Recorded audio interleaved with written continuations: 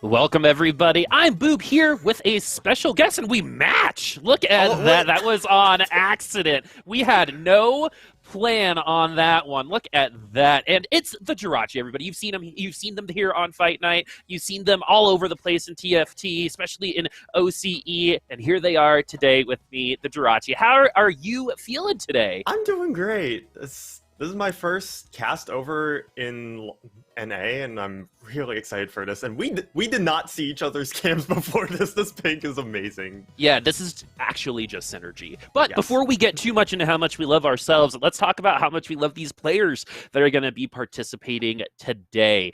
We have a returning member and winner from last week, Donald Dino, as I like to say Donald, as the Jirachy likes to say, and literally apparently everyone else, Donnie. And then we've got Javaday, we've got Omaestro, Envin, vMetang, Puttyx, Pikachu, and Spetham, a couple names that you probably recognize. Javaday and Omaestro from last week, and Puttyx and Pikachu from previous performances here before. But what are they playing? What are they playing for? They're playing for some money here as well. First place is going to get $100. Second place will get 50.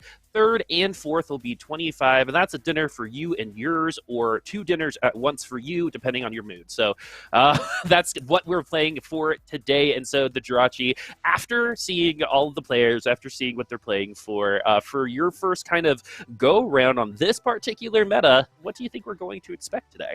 Well, we've seen the meta kind of start with, everyone's playing these AP comps, everyone's playing kind of flexibly. You can play around the Vel'Koz, the Karma. Once you get to the 5 costs, you can play around the Heimerdinger and the Teemo. But we've seen the meta kind of shift more towards like the vertical synergies, not just playing AP. And even when you're playing AP, it's a lot of the vertical synergies. When you're playing Karma, you really like playing the 6 Dawnbringer with the Vel'Koz, the 6 Redeemed.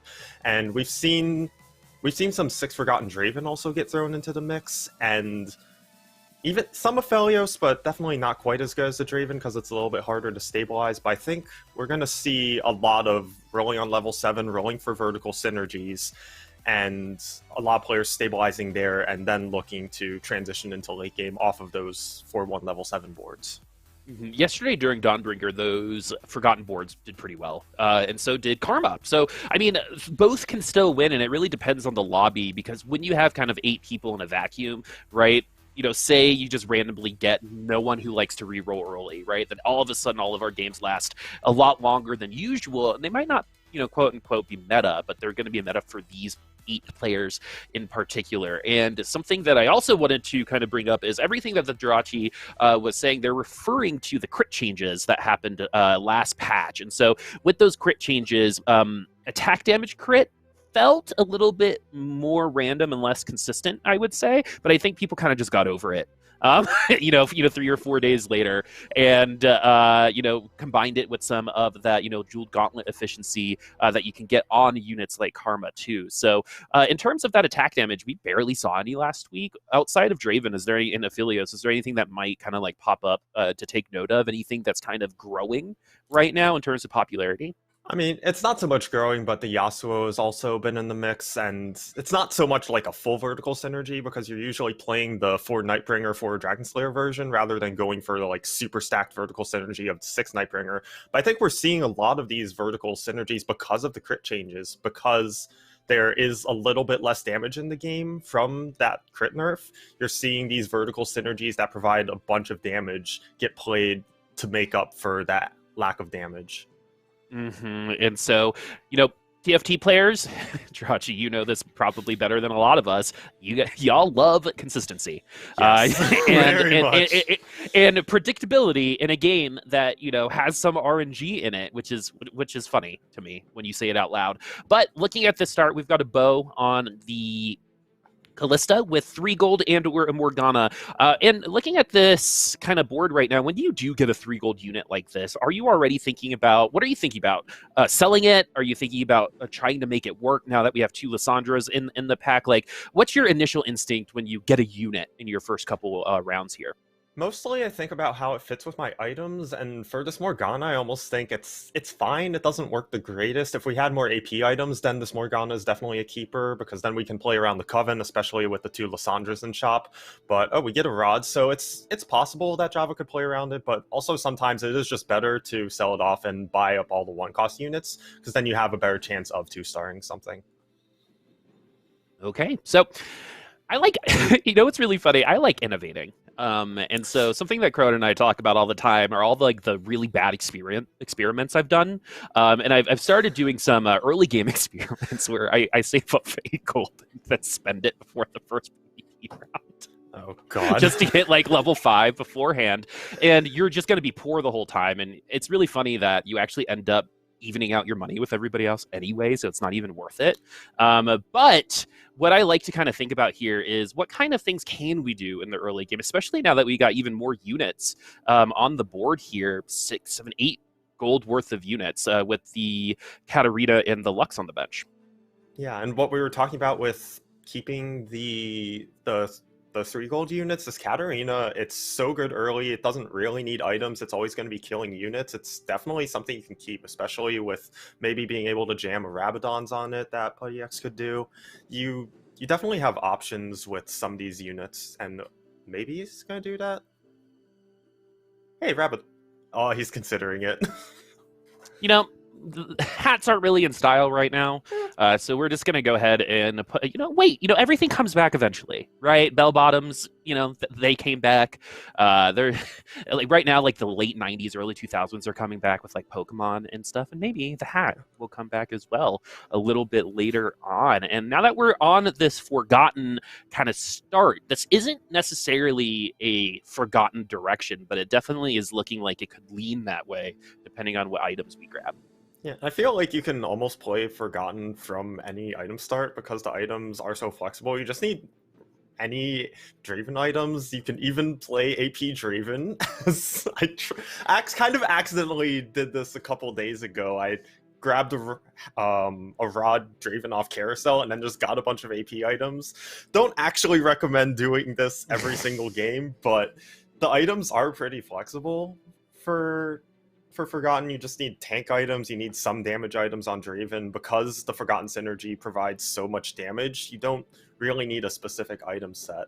And I actually really like what Puttyx did last turn with not jamming the Rabadons, because he saw his opponent was so weak, he didn't need to commit those items to beat them anyway.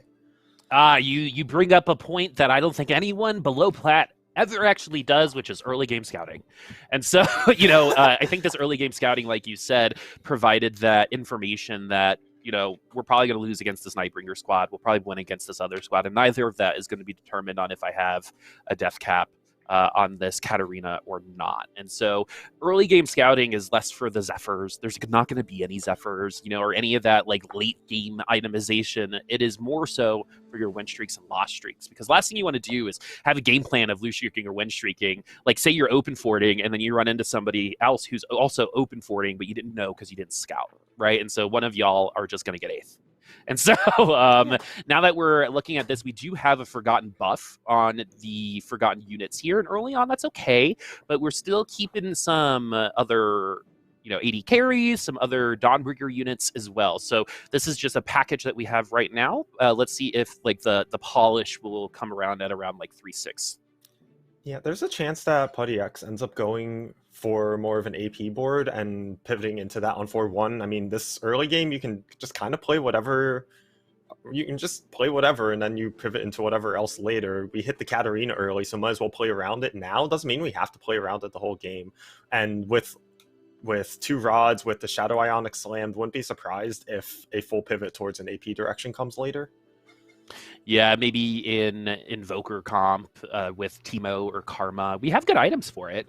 We would just need to, again, finish them out and make them as close to best in slot as possible. Putty is now getting to that econ. We have 10 gold. Let's see what our carousel choice is going to be. We're going to be picking second along with Spetham, but it's going to be Maestro and Javaday, 2 returning members with 2 very different situations, I think, happening right now. Seeing Maestro at the bottom of the pack early on here is actually very, very normal. However, when Javaday ends up down here, They tend to stay down here, so I'm a little concerned right now for where JavaDay. I know it's only round 2-4, but we've gotten to see Maestro and JavaDay play over a bunch of weeks, and those have run true so far. As we're looking at our leader right now, tied for first, which is vMetang, and we have a Rage Blade on a Lux. That might actually be the difference between winning or losing a 1v1 by the end of the day. But again, not a ton of direction. We just have an opening redeemed comp right now. Yeah, and actually, this kind of Lux carry is actually something that's been popping up more and more the past few days. You stack the best in slot, I believe, is Luden, Shojin, and then Rageblade, but the Rageblade, it doesn't have to be a Rageblade. It can just be whatever AP, whatever attack speed item, but this Lux carry, she just attacks fast, she shields the entire team, nothing dies, a lot of fights end up in overtime, and once you get to 6 redeemed, then really nothing dies. And then once it gets to Lux, she's just so unkillable because of all the 6 redeemed defensive stats piled into her that it's very easy for her to clean up some 1v3s, 1v4s just off of being the last redeemed unit alive.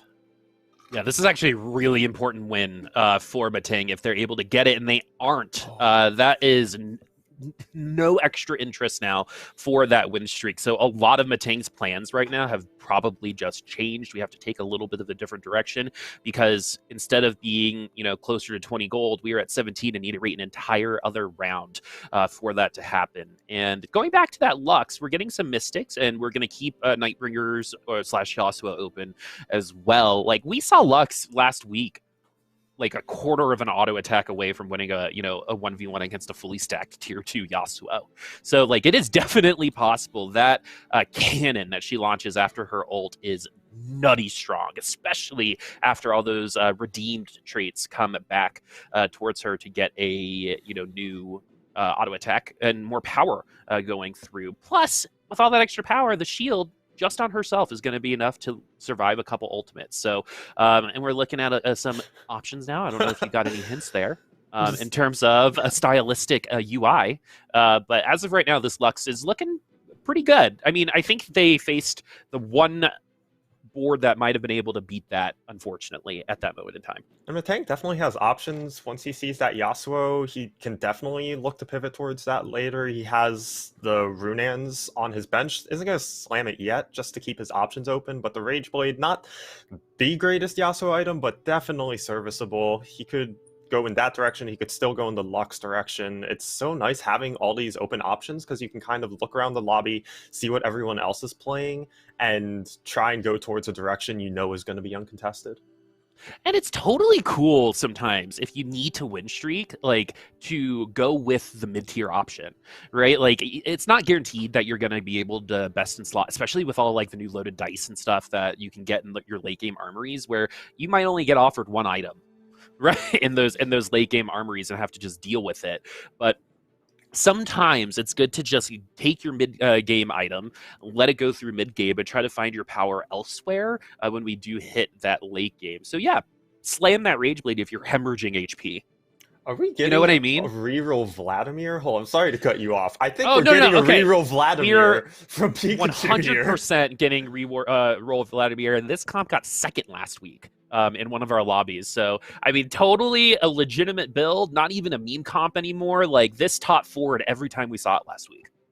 Yeah, and it looks like Pikachu has 1 Archangels already, has the Shadow tier, that's half of the Archdemon staff, which is the best Vladimir items. I think ideally you want probably 2 Archdemons and 1 Archangel staff, just so you get a boatload of HP, and you don't really need the double stacking AP. You just need the 1 Archangels to provide enough healing and damage to just never die and kill an entire team. But this build is definitely super powerful, and the Vladimir, once he gets some stacks going on those 2 items, is not going to die. It's going to require giantslayer or some type of anti-heal, and even then sometimes it's not enough because, like you said earlier, our late game rounds in previous patches were the shortest rounds in TFT, but now, I mean, you're hitting overtime in round 6-5 sometimes. So these units that do require a little bit of time to ramp up can get stronger as the day goes on, or as the lobby goes on, as we're starting to get our assassins in, as Donnie, Mr. Donnie here from Australia, by the way, is going to put in the Ivern, I think one of the best units in the game, to help out the assassins on the board right now, with not a ton of items outside of what's on, or really no items outside of what's on Nocturne. Yeah, Donnie really likes his assassins, and finding this Ivern is actually super good for him. It gives a Revenant bonus for the Nocturne, which provides that little bit of extra safety. Sometimes doesn't always work out. Sometimes pops out of the GA from Revenant and just immediately dies. But a lot of times that extra safety net can allow Nocturne to just pop off after the revive comes in. And also Ivern is just infinite frontline. Daisy coming out, his own Revenant bonus. It provides so much time for the assassins to actually do their work in the backline. Finding an Ivern on level 6 is actually really high roll for Donnie, and he's definitely going to be happy about finding that early. It's 2 units, right? And that is a big deal at 3-3. Not necessarily like 4-2, right? But at 3-3, when, you know, every unit actually makes you that much stronger, especially a unit like Daisy that is frontline, because this game is purposely hard to get a frontline in for some of our team comps. This is a great example, Puttyx right now. Only the Hecarim on that front line, as everything else is going to start chewing them down. This Nocturne should be able to take this down, no problems. And Jirachy, you know what else doesn't really work out? Me. I had no idea what direction you were going with that. Same. It's fine. You know, I hopefully my metabolism stays with me for a little while longer. Definitely slowing down, but this game, not really slow at all. Look at how much HP has actually been taken away by everyone except for the top 2, and that just kind of tells you how dominant the top 2 have been. They've been high rolling for sure, and it's everyone else kind of battling for the same kind of units. Javaday, though, in a precarious situation at 46 HP, that's only about like 3 or 4 losses at this point. Yeah, this is something that can happen when there's 1 or 2 players that are really taking over a lobby. It's not just that they're winning every round. It's that they're winning every round by maybe 3, 4, even 5 units. So they're just dealing so much damage to the lobby and definitely increasing the tempo. And we're seeing a lot of players roll on 6. A lot. We saw Donnie roll a bunch there. I believe that Putty probably also rolled with how his econ is looking and how his board is looking. It looks like he rolled for that 6 Forgotten, found the Katarina too. So it definitely increases the tempo of the lobby, encourages players to roll earlier. Normally, a lot of players would prefer to roll on level 7 just so they can find those higher cost units, but rolling on 6 definitely a good option to find some of these stabilizing vertical synergies. Okay, and you know, a term that we talk about a lot in TFT is stabilizing, and we actually don't really define a lot of those terms for y'all. So in terms of stabilizing, like what is, if you were to like look it up in the TFT dictionary, how would you define it? It can depend on, it depends on what your HP looks like. If your HP is really low, then stabilizing looks more like you are winning rounds. This board is strong enough to win me rounds. If you're at really high HP, then stabilizing looks more like this board isn't going to get absolutely crushed. I'm not going to completely bleed out. So when you're higher HP and you do have a little bit more room to work with, stabilizing doesn't look so much like I have to be winning every round or else I'm going to die. You can afford to lose some HP, but you don't really want to be taking 15 damage every round. So stabilizing looks pretty much looks like if you're at high HP, I'm not dying completely. If you're at low HP when you have to be winning fights, then stabilizing does look like you are winning fights. Yeah, it kind of just sounds like if you're trying to stabilize, it's about putting band-aids in bullet holes sometimes, right? It's like the band-aid's not going to work that much, but you know, the difference between losing 10 HP every round versus 6 HP in a good loss is actually huge. And we've seen that, you know, at the end of the game where there's 3 people remaining and they're all within a unit of each other, that 1 unit extra that you lost by, you know, in round 2-1 is coming back to haunt you now, as that Vladimir still has not gotten the last, I believe they only need a large rod. So that needlessly large rod hopefully pops out of one of these wolves. Still wondering the science of how these orbs made it into these wolves. Really need to have more talk about that for me.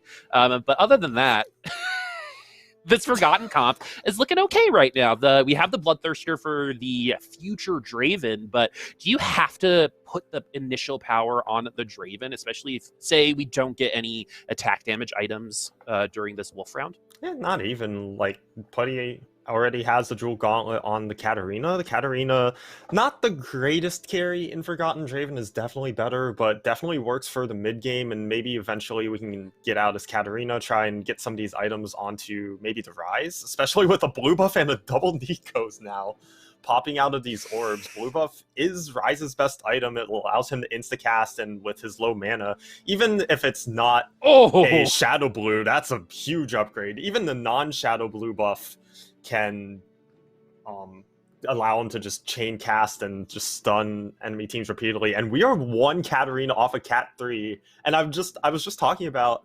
how Katarina not the greatest carry in Forgotten. If you can 3-star her, she's definitely still a good carry. What a roll down for Puttyx. Pretty much got something on every single roll there. So yeah, we're going to go ahead and put the blue buff on the cat this time around. So we're committing to the Katarina carry. Why not? We're so close to it. Anyway, we have a front line now. Ryze is going to be like a modicum of tinkiness in the back line. And I think of all the units in the game that still could find exploration in terms of carry potential, it's definitely that Ryze. Anytime I have like a really weird comp and Ryze is in it, it always does better, right, than if Ryze is not in it. It's just, you know, that dark blue buff, when it comes to, you could build it like the Vlad that we saw earlier. A lot of people like putting Morellos on Ryze. There's a couple different ways you can put like utility carry potential on that Ryze. Might not be doing a ton of damage at once, but is doing enough utility to help someone like Katarina do that damage for you. For sure, and he provides great utility. His second part of his ult is actually way bigger than people realize. It's a 3 hex radius, which Mort talked about on a stream once. That's the size of Sejuani stun from set 4. And we all knew how big that stun was, and we just saw it on the map like, oh my god, this thing is massive. Ryze's second half of his ult, after it gets the single target stun, and that on the second cast it spreads to a giant radius, that's how big that ult radius is. It's actually so much CC, and I don't think people really realize how much it is. Yeah, this next one, I mean, and at 4-1 to have a Ryze 2, that is a lot of damage. As Javaday is going to go to 2 HP, my initial instinct ringing true. Javaday just has a really hard time stabilizing if they don't already start on top. And not to call you out, Jirachy, you're kind of that kind. I'm in that same vein, yeah. When we watch you play, right, you do like to kind of win by attrition a lot of the time. So I'm sure you've been in this position. So when you're in Javaday's position, do you kind of just go next, or is there a way to come back? It depends. It's really all about finding your board that stabilizes you, or bringing that terminology back. In this case, stabilizing for him means he literally has to win every single fight from here, because he's on literal 1 HP. So whatever that board is he finds, I don't know what board it is. To different people, that board is vastly different, but whatever that board is, he just needs to find that power spike that brings him back. And a lot of times he has to be the strongest in the lobby once he finds that board, because he loses one fight, he gets unlucky matchmaking RNG against the actual strongest person in the lobby, and he just instantly goes 8th. Oh man, this is an attack speed Lux that we're seeing right now, and the thing about it is, look at how big those shields are. Both of those Rage Blades have large rods attached to them, so you are getting. It's going so fast. I know, it's machine gun Lux. Let's go burr, everyone! The cotton balls are flying out so hard. Doesn't even need the Archangels necessarily to provide a bunch of shielding. Once you have that much attack speed, you're just ulting so often, especially because she doesn't have that long of a mana lock, if any at all, that she can chain ult, she can chain shield her team, nothing dies. And especially with 6 redeemed, it just keeps the entire team alive with just how much tankiness you have from the shields and the stats from that trait. And looking at the leaderboard right now, Envin at the top only lost 1 round. We're at round 4-5, and that was a 1-unit loss sometime earlier in the game. we actually lose a gold. So if you're being like really, really finicky or nitpicky about players there, we did combine that unit, and you actually do get 1 less gold in that situation if it's not a 1-cost unit for that combination. So I mean, it is 1 gold, but we've seen how 1 gold can be the difference between interest and not. And that can be a really big deal. Again, we're only 1 Katarina away, and we've won a couple of the last rounds, so we're totally cool with leaving our Nikos and leaving some money in the bank to try to hit level 8 a little bit later, because we might just be able to roll into that Katarina as well. Yeah, and Putty has solid Katarina items, not the best at all, but definitely serviceable, especially once we get that Cat 3 with 6 Forgotten. Doesn't even really need Assassin to start one-shotting the backline, but Putty is in a good spot. He's not the greatest econ ever, but only 1 cat off, and once you hit that Cat 3, definitely stable enough to go level 8 around 5-5, find another supporting synergy, find maybe a Draven in place of this Vayne. This Vayne is doing more than enough work, but with just the Runaans, the Draven definitely is going to be better for him.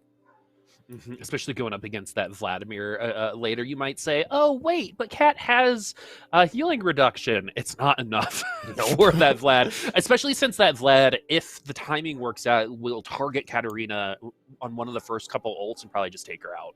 So you kind of want that, I think, Giant Slayer or something that's going to do some HP mitigation just in general, as this is that 8 Redeemed 2 Dawnbringer comp that we kind of briefly mentioned earlier with that Karma. We have no Ironclads on the board right now, which against this team wouldn't be that big of a deal. But yeah, we don't have that Mystic Splash, so this particular team comp might be a little tough for Puttyx if this Vel'Koz gets a good ult off. Yeah, this 8 redeemed is actually not that bad, just because more redeemed units on the board equals more stacks once you get to the last redeemed unit, as is the last unit in 6 redeemed is already super tanky. I've been talking about that. Basically the whole cast with Lux, but if you just add another redeemed unit on the board, that's another stack of stats that get funneled into that last unit. It's just that extra level of you're not killing me ever once you get to that final unit. Yeah, a lot kind of like the light meta couple sets ago. Oh, true. Right? And oh so, my god, I'm having flashbacks. Oh no. I know, right? Oh, no. With that Vayne, right? Anyway, so Vayne. Oh, wait, always something going on with Vayne. It's always Vayne. I know, right? Even on Summoner's Rift too, it's a thing. Not actually. It's an okay item. You can put on a Hecarim. You can put on that Rel, who's a character in the game. And then we're going over to All now, who has only lost twice so far during this lobby, and this is a very good comp. This is, if you were to have an old school comp in this set, this is probably it, like the 4 Dragon Slayer, 4 Nightbringer comp. It used to be more skirmishers, but this time around it's going to be more on the Yasuo, as we actually roll past the Darius. Not good enough for us, because we are only 1 Pantheon away from Pantheon 3, and if you want to talk about tanks, that's a tank boy. Right there. Yup, and this comp has been around for most of the set, actually, and has kind of gone through some variations. At first, a lot of people were playing the 6th Nightbringer version, just, hey, let's have as big of a shield on Yasuo as possible. It's kind of now evolved into dropping the 4 Nightbringer and playing 4 D-Slayer instead. We get Trundle in to just eat frontline. We get Pantheon in, especially once we hit Pantheon 3. That thing is not going to die with 4 Dragon Slayer. So it's kind of, we've actually gone a little bit away from the vertical synergies for this comp, funnily enough, while the rest of the meta is shifting towards those vertical synergies. We're preferring a little more balance so we can get a little bit more tankiness in the front to help out the Yasuo and not just pile everything into the Yasuo itself. And we see a Nico's from this armory.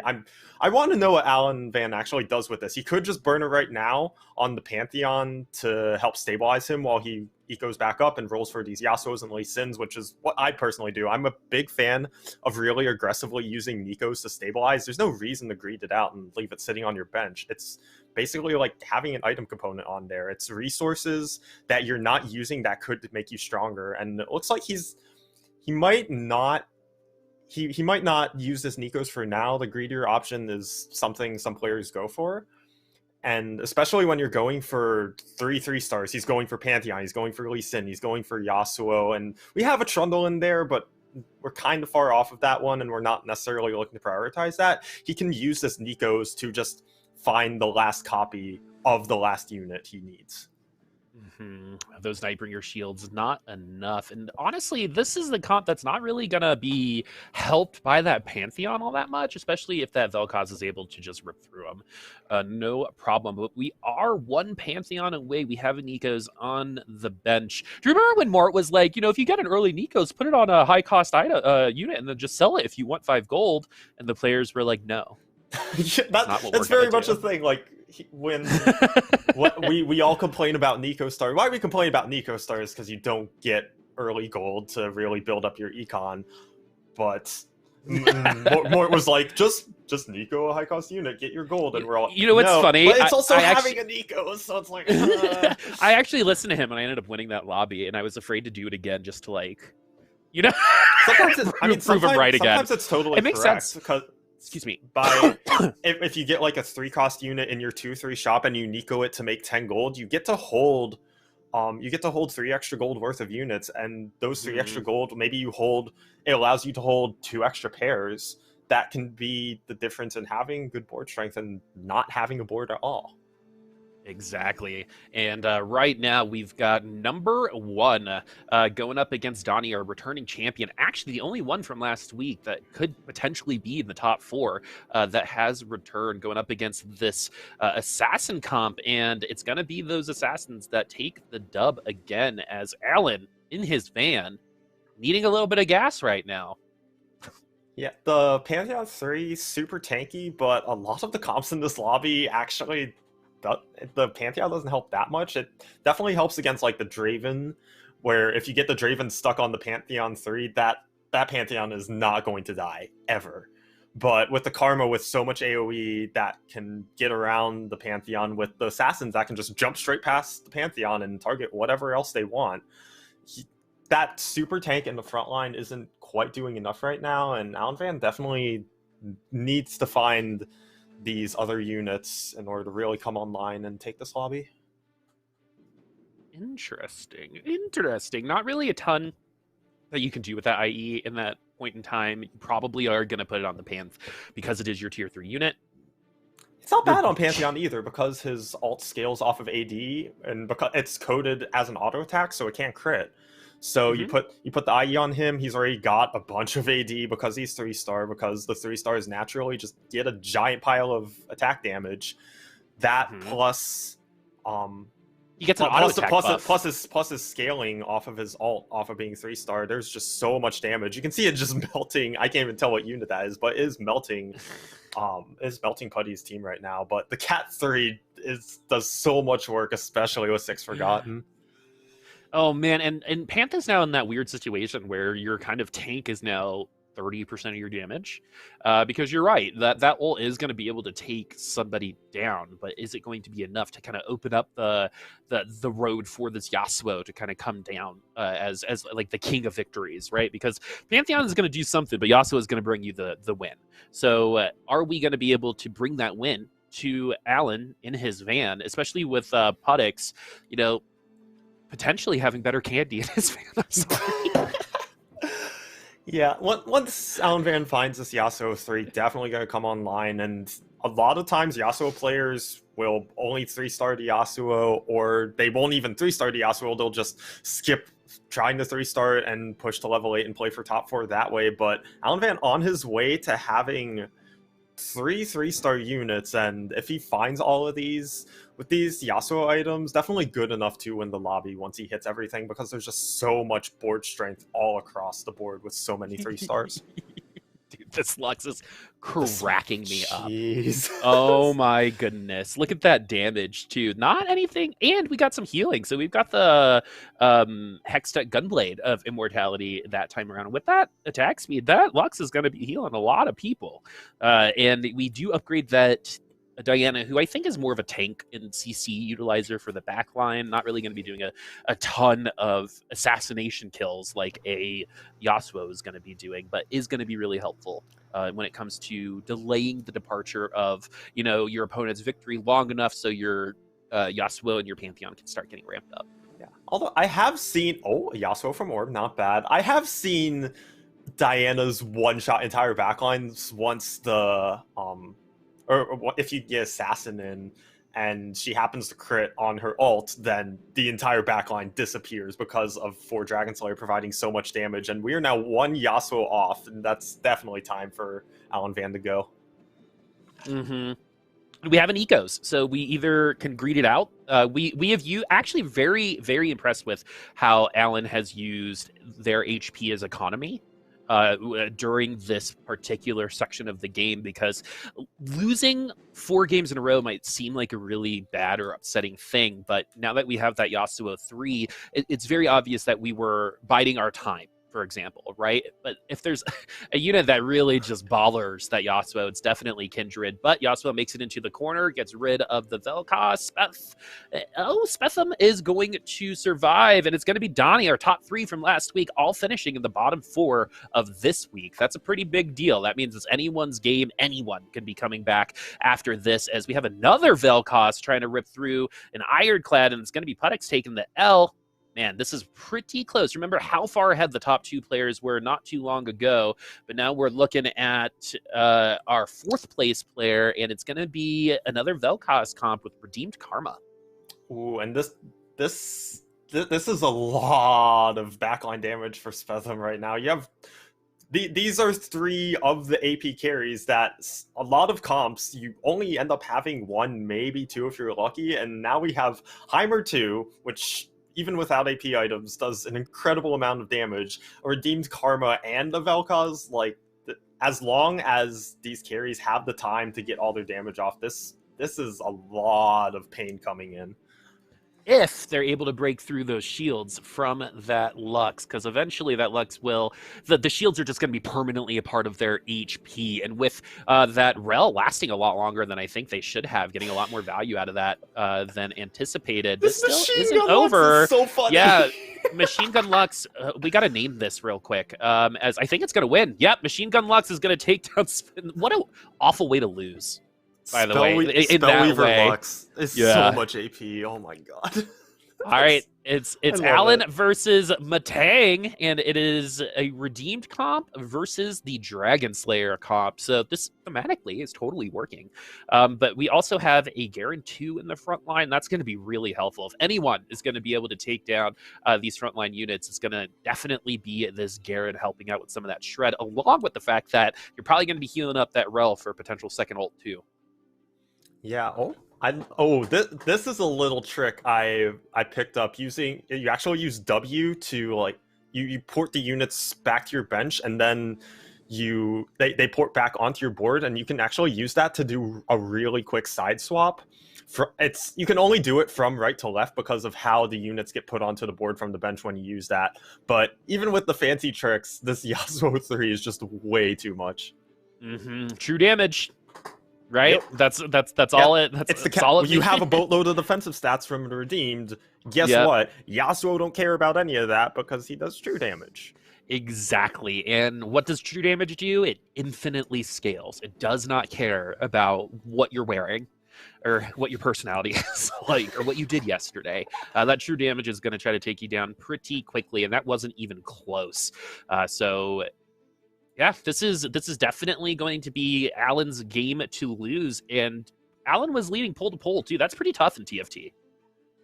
Yeah. You have to high roll the early game just enough that you can get that lead going. Then you have to be able to continue to keep that up. You have to actively spend your gold.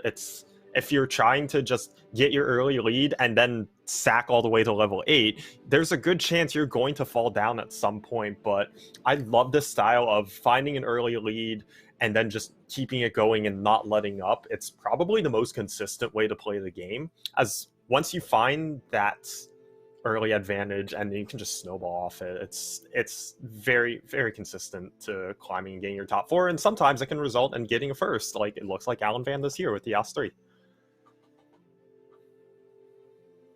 All right, 1, 2, 3. It's that Yasuo with that true damage. Chonk looking good. Best little legend in the world right there. You're looking at it.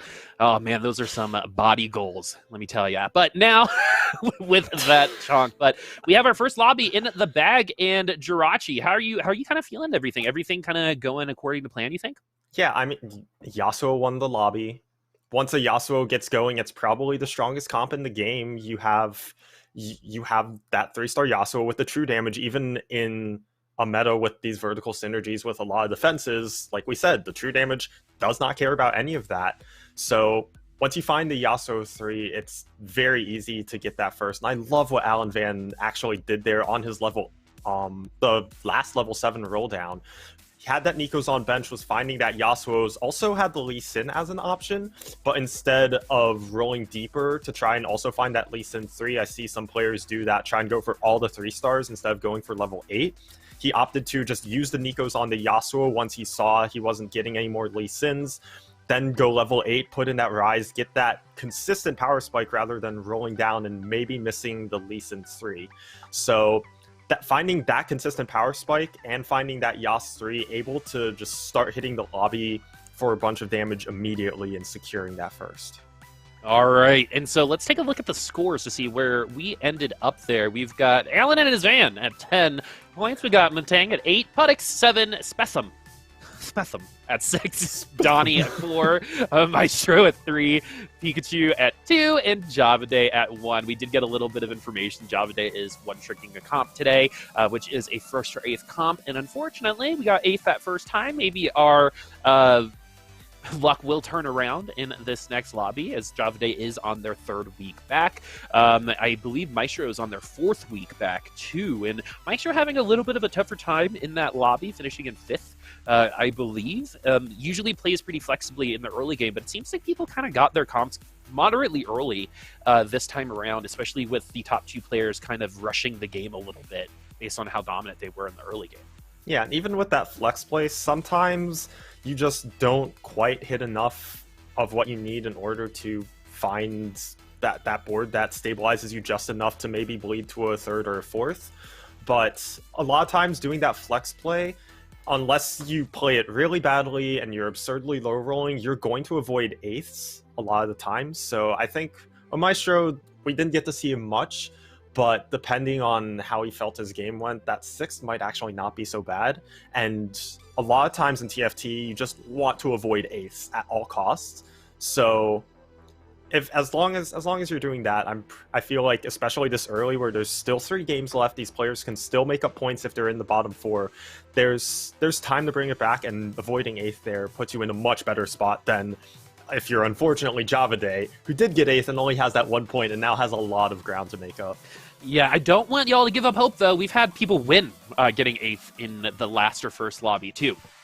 So while that's a lot harder, you need a little bit more help in terms of your destiny from the other players. That can totally happen. So don't ever give up. Don't become a self-fulfilling prophecy and, just kind of be like, I'm an 8th, that's it, right? Then eventually that's going to be what happens, right? As we go into our second lobby, something that I loved seeing was that luck. So it made top 4.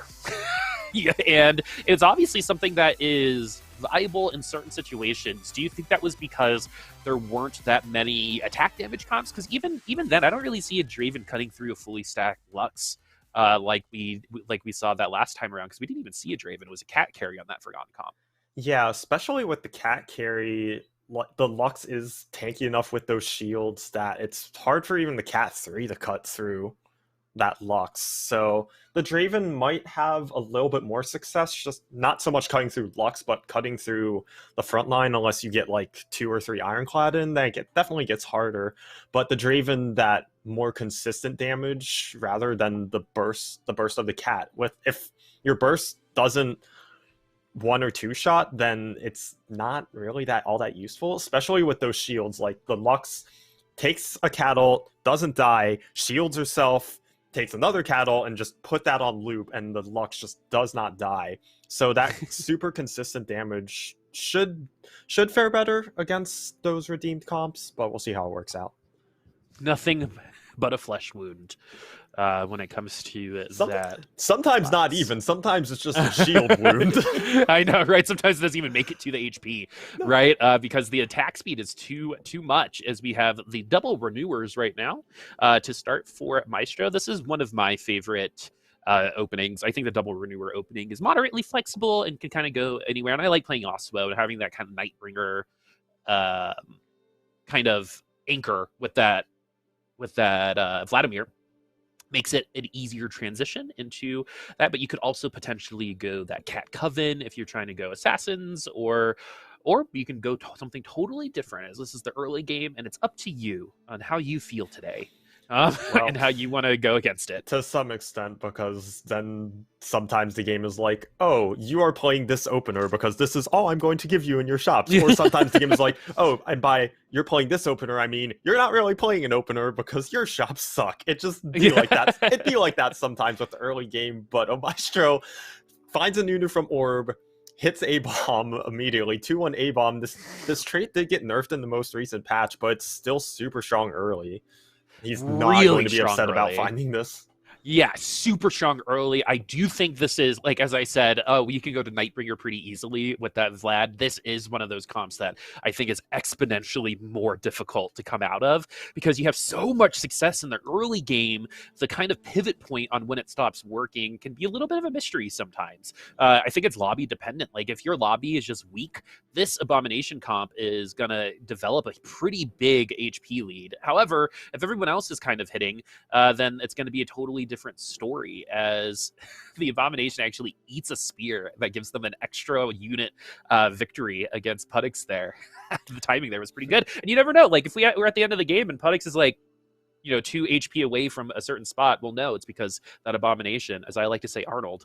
I haven't heard that one, actually. Yeah, I know, I've right? been hearing Shrek, actually, over in the OC streams especially. They really like calling that A-Bomb Shrek.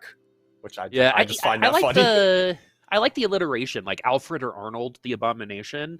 I did have to send in those reference images so they could use me for that Abomination, but the overarching theme is I'm just happy to be a part of something great. But no, we are in our second PvP round. Looking at the rest of the boards here, Jirachy, how are you feeling about what Javaday is going to be trying to do, knowing that he's going to be going for that Pantheon Varus?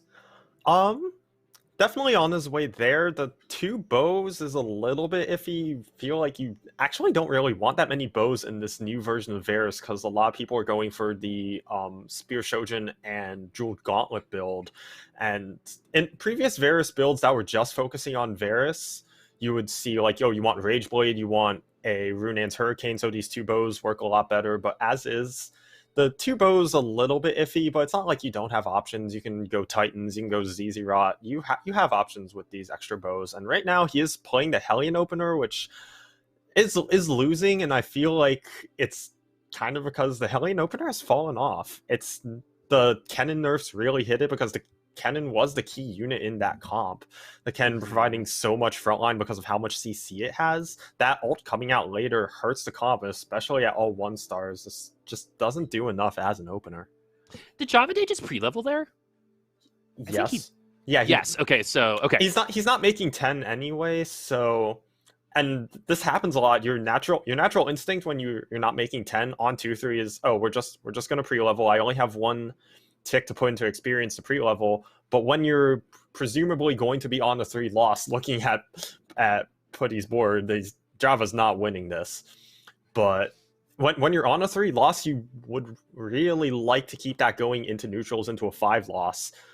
But when you're pre-leveling here, you're looking to either kind of stem the bleeding and still have 5 loss, or you're trying to bounce it back. You're trying to go 3 loss into 2 win streak into neutrals. But in order to find that, you pretty much need to guarantee your board is good enough for the next 2 rounds in order to win both of them, and it's looking a little bit iffy for Java here. Yeah, I think that the Hellion opening is just really good right now if you want to lose streak. And some people love lose streaking at the beginning of the game. It gives them a little bit more time to make decisions. You don't have to like really pick a comp until a little bit later. You're going to have last choice, but you're going to be able to have the most information before making that choice. So putting things like the Jeweled Gauntlet and the bow on, especially a level 1 Ziggs, is just like, all right, I don't want to lose by wipes every single time. We were able to take down 1 or 2 units because last time Javaday played this comp, we almost died before the wolf carousel. It wasn't even before wolves. It was before the carousel at 3-3. So we were at 7 HP, I believe, or 1 HP. So we know that this particular comp can lose HP really, really quickly, and it's already going better than last time. As we have the Varus, we have a couple of our other units, but we still are going to maintain our loss streak probably, which is what we want. Yeah, and Java's in a good position to kill some units for sure. You have the Trundle, which is going to steal a bunch of tank stats from 1 unit. That's pretty much going to guarantee you kill at least that 1 unit. But with that Trundle too, that's a lot of tankiness right there. And Java is holding. Okay, no, he's gonna put the Jewel Gauntlet on. Alan Van's board is strong enough. He does want that Jewel Gauntlet on for that little bit of extra power, maybe kill an extra unit. And also, I think he'd be more than happy killing 2 units here. His board, he has the Trundle too, but he doesn't have a ton of damage. It's not a super strong board unless he wins. Oh my god, he's gonna win because Wait, it's he Trundle. won. Yeah, he won because okay, this Trundle is a beast. Never mind, I lied. The reason why Java great is for him though. Like that's why Java's he has to win the next round now. Yeah. Now all of a sudden, like this, like he was gonna totally just like put the chair back, drive with 1 arm. You know what I mean? And just like coast their way there. Now all of a sudden, like the brain cells are going to have to be activated, right? A little bit earlier than before. We're not going to be able to go into our hyperbolic time chamber for as long as we wanted to, because you put a tier 2 Trundle in any comp, I think you, especially in the early game, you could win that round. It's Trundle, yes. Right? So especially with Skirmisher buffing. I mean, Skirmisher, yeah. with the nerfs, it's not the greatest, but it's still scaling AD. It's always been scaling AD. And with how tanky Trundle is and how long the fights last early game, you're going to get a lot of benefit from that Skirmisher buff. 100%. And you're going to get CC from your 2 cannons as well. But this is unfortunate that we run into the one person who has a Giant Slayer. To beat our Trundle. It's not over just yet. I think we can take down 1 more unit, that Callista in the back line. Oh, maybe not. Oh, this loss. Oh, that feels so bad. Oh, this spot would be fine for Java if he was 5 loss and maybe like 7. If he was 72 HP, 5 loss, his spot would be fantastic, because then he actually does have money. But now he's kind of broke. He's not even gonna make 20 unless he gets money off of Krugs. Mm-hmm. Finding the Varus too is awesome. Like he's not going to be upset about that. But you having that 5 loss broken just feels so bad, and especially at 74 HP with how much gold Java has, like it's just not enough. It's just not enough. That's all I can really say about it. Okay, he got gold. Gold. It could be worse. But it still feels so bad. Well, because again, we have to sell units to get to 20. We would already have been more than past. We'd probably be around 30 something gold if we were able to keep that loss streak into this round. Oh, we have 30 gold for sure. We have, like, it might not seem like a big deal, and you might be like, boop, Jirachy, they won. Why are you mad that you won? Well, because we won money. Winning isn't as important as economy. And this money for Javaday right now, you could be at 40 gold. Right? Like, it's not just 1 or 2 gold you're missing. It's 10, 20 gold that might snowball into an even worse situation a little later on. So imagine where we would be flexibly if we were able to have that loss streak going into 3-2, like what we wanted. We'd be at 40, 50 gold. We could respond a little bit later, but now our hand is forced. We have to make a play because now we don't have any money. We're running out of HP to determine what play to make. So sometimes you just have to do something different. And I don't know if we're there quite yet, but the turnaround seems to be happening here soon. And once this A-bomb comes through, I don't know if it's going to be enough. Absolutely not, as Javaday is going to fall. Omaestro's comp has not lost since we checked in on that. That Abomination opening still very strong and will still be strong up until 4-1, 4-2.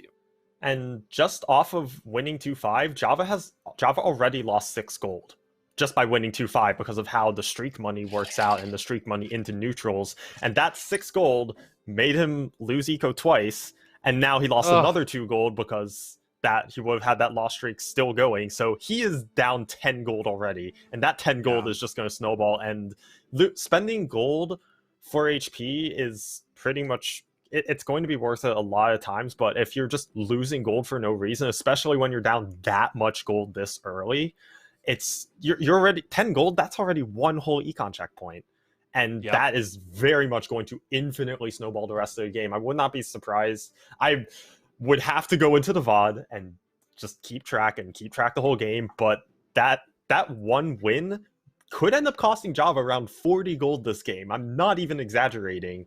And especially when you're playing reroll, you need as much gold as possible, and that much gold is probably... There's a good chance that's the difference between him hitting Varus 3 and not. Woo, wait, one win. That's, again, why you have to think so far ahead in this game. And the fact that 2 of our players actually have the Shadow Giantslayer, blanking on the appropriate name for it right now.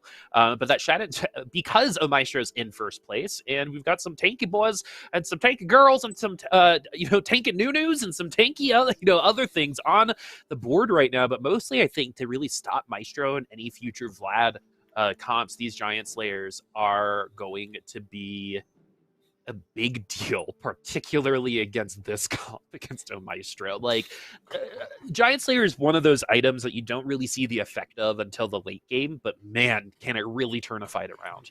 Yeah, especially early if the lobby is super brawler heavy. The Giant Slayers, the regular Giant Slayers work out. If anyone has upgraded frontline, there's a good chance it goes over the Shadow Giant Slayer cap. And especially with Omaestro having this Pantheon 2 already, like, he has so much frontline. But we look at Pikachu. Pikachu has a lot of damage stacked into this Riven. Holy. Yeah, look at this. I mean, that Abomination literally just might as well not have existed.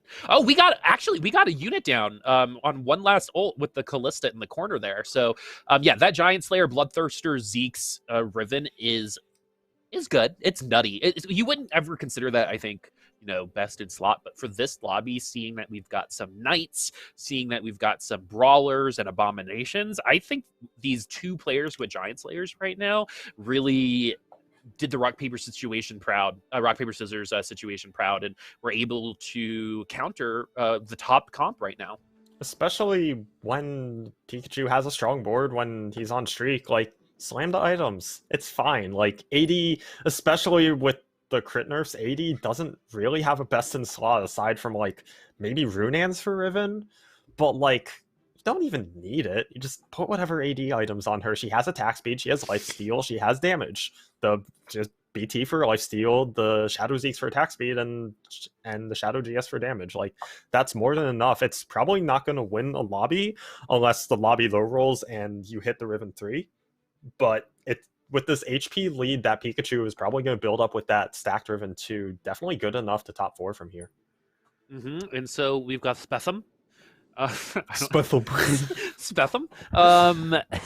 It just reminds me, in like 6th grade, I went through speech therapy because I had the RW problem, and I had a bit of a lisp back then. So Spetham, that name would be like targeted towards me if I was in 5th grade. Oh, I had issues saying TH in elementary school too. Yeah. I was like, a you hardcore replaced TH RW with switcher. F all the time. Yeah. And then an R with W. Yep. Was like my big thing up until I was a little too old. But with some nice support from school, had the privilege to be able to go through that. So, back to the game at hand. Spetham has got 4th last time around. Actually got eliminated by a double Rage Blade Hex Tech Gunblade with Immortality bots. I think he had a little bit of PTSD, and now he's playing that himself. Yep. And something about y'all, TFT players, that we love to do is tactically borrow comps from people from earlier lobbies. And so we saw the Lux, and now we were like, now I want to do it. So now we're doing it. So, and I think it totally works. I mean, it top 3 in that last lobby. Might have actually even gotten second. So we know that it's a possibility, and you can build a couple Rage Blades on it. I think this is going to be a potentially very strong comp, but it definitely didn't win the race to the 6 redeemed like our last redeemed player did have. It's going a little bit slower, especially since this Lux is still Lux 1, but that honestly doesn't matter because that base damage on that Lux auto attack after that ultimate is crazy strong. Yeah, and I think this second Rod, Spetham really wants it to be an Archangel's because Lux survives for so long, she's ulting so much, and the Archangels just keep stacking up that AP. She's going to love having that item, but for now, just the Lux 1, not the strongest board ever, no 6 redeemed. Spetham is probably going to be happy with a 2-unit loss. He's got just, no, not even one more round to sack. He's 62 HP on 5-1, and he gets to roll for a 6 redeemed board. Has a Nico on bench, a very good chance he can... There's a very solid chance he hits the Lux 2, and a decent chance he can even hit a Vel'Koz 2. And is reserving the Shojin and the JG on the Syndra, presumably, for that Vel'Koz on his 6 redeemed board. So it's... He's looking to be in a really good spot here. Whew. Okay, so this is shaping up to be... Ooh! And if we get a spat, we now have a redeemed spat that we can use on somebody. So that is what the cloak and the spatula, regular spatula makes. Okay. And we hit the Syndra 2. Why not? Ooh, and we hit a 1% 5 Syndra cost. 3? I mean, wait. If we pick up another Syndra, then yes. Oh, ooh. Okay, this is tough. This is a tough choice. Do we pick up the Karma? Do we... Oh, we're actually leaving it. We're going to go ahead and Syndra 3 this. What a great roll. Pretty confident as well. We do have Syndra 3 with Jeweled Gauntlet, Shojins. Look at this missile. Boom. Not really that impressive. But it didn't crit. Never mind. It didn't crit because of that Bramble Vest. But if it were literally anybody... if it were literally anybody else, you would see the power. We also only have 5 redeemed. Yeah. It's still going to be... that much Syndra 3.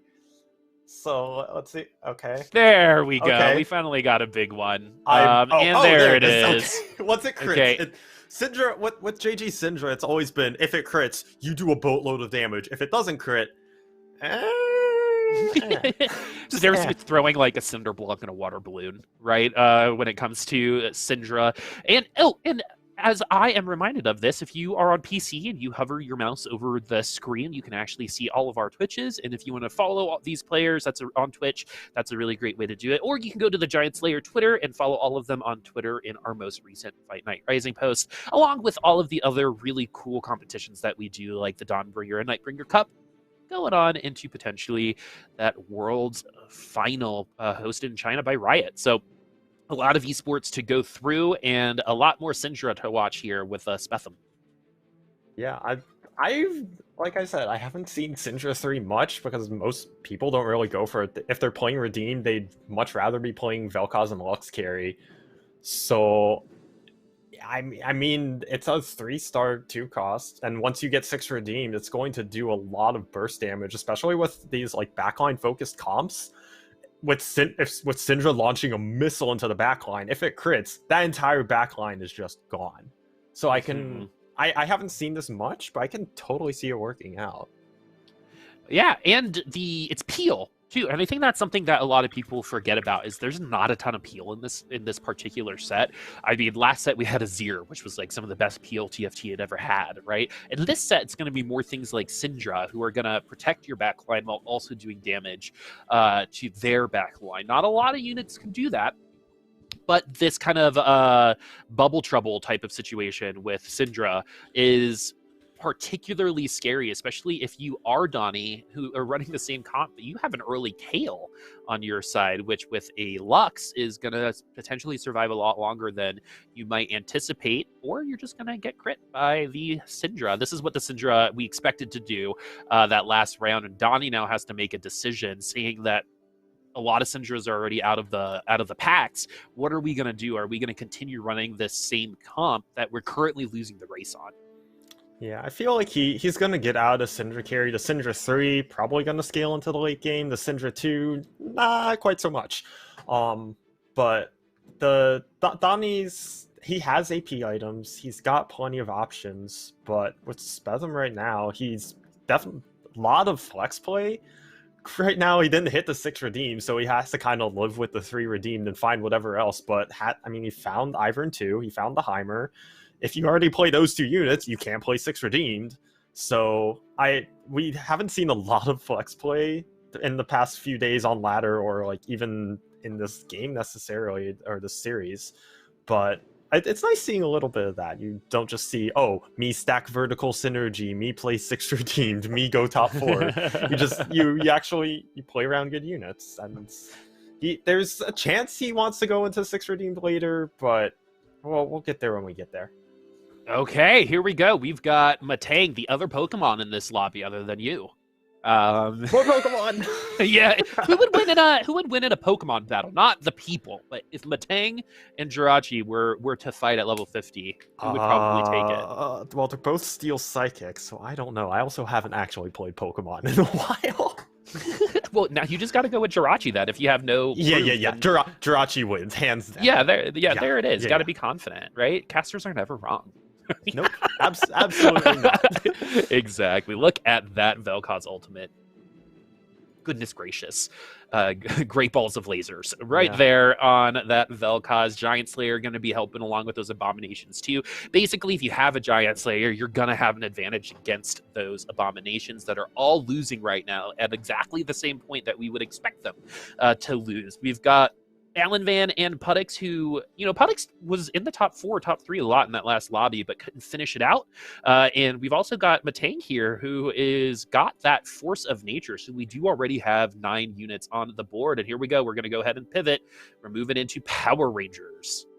Yeah, it's what you do. Eventually, this A-bomb does fall off in the late game. It's a super strong early game synergy, but it is going to fall off. Doesn't quite have enough power after the nerfs, but we find Euphelios, we find 4 Ranger. Yeah, let's get into Euphelios. Going to use these items super well. Deathblade's still probably his best item, especially after crit nerfs. And yeah, these items just scream Euphelios. Yep, not even close to that Varus 3, by the way. And now that we have that extra damage, it doesn't really matter that this is an Euphelios 1. It's still going to be doing all of it anyway, as vMetang knocks out Javaday for a second eighth in a row. 1 round was probably the difference between 8th place and something else that time. But winning a round can cause us to get 8th place in TFT. What a weird sentence. What a weird sentence just in general. Yeah, I mean, when it costs you that much money, it really hurts. Like breaking that 5-loss streaking in early game is just so important, especially if you're on low HP and your losses you take are bad. You need as much money as possible to bounce back from that. And also, hello, Mr. Perfect Economy, Alan Van. You could probably buy a whole new van with the money that you have in your bank right now, as we also have a spat. And spat can either be a game-winning item or something that you cook with in your kitchen, because sometimes it just stays on your bench the entire game. Are we going to be able to get another spatula, or one that's going to help us out? Oh, yeah, you see that gold orb and you already have a spat on bench and you just think, oh, another spat? A fun? Oh, it's just gold. I'm disappointed now. We already had so much gold too, as we hit level 8 with over, I think, with 49 gold. This is going to be the world's easiest roll down, hopefully, to pick out a 8th unit. And we're still kind of sorting things around. We're trying to push all of our power into the Karma. We need to level up a couple of those units. And we are going to be seeing some invokers elsewhere too. So the fact that we do have the Karma at level 2 already is a pretty big deal, with the Kindred helping with that backline. The unfortunate thing about Karma is sometimes she can walk up for like no reason. She just wants to take a stroll for some reason. And then Kindred might not be able to get them in their ult. It should be pretty good to go this time around. And this ult's actually going to come in at a pretty great, or doesn't even need it. They all switched who they were attacking on. And so this Karma with that invocation, one more ult should be it. There it is, as Maestro falls. And Alan rolled down completely, didn't really upgrade a units to tier 2, but was able to get a better comp onto the field. Yeah, and you see the power of the 6th Dawnbringer.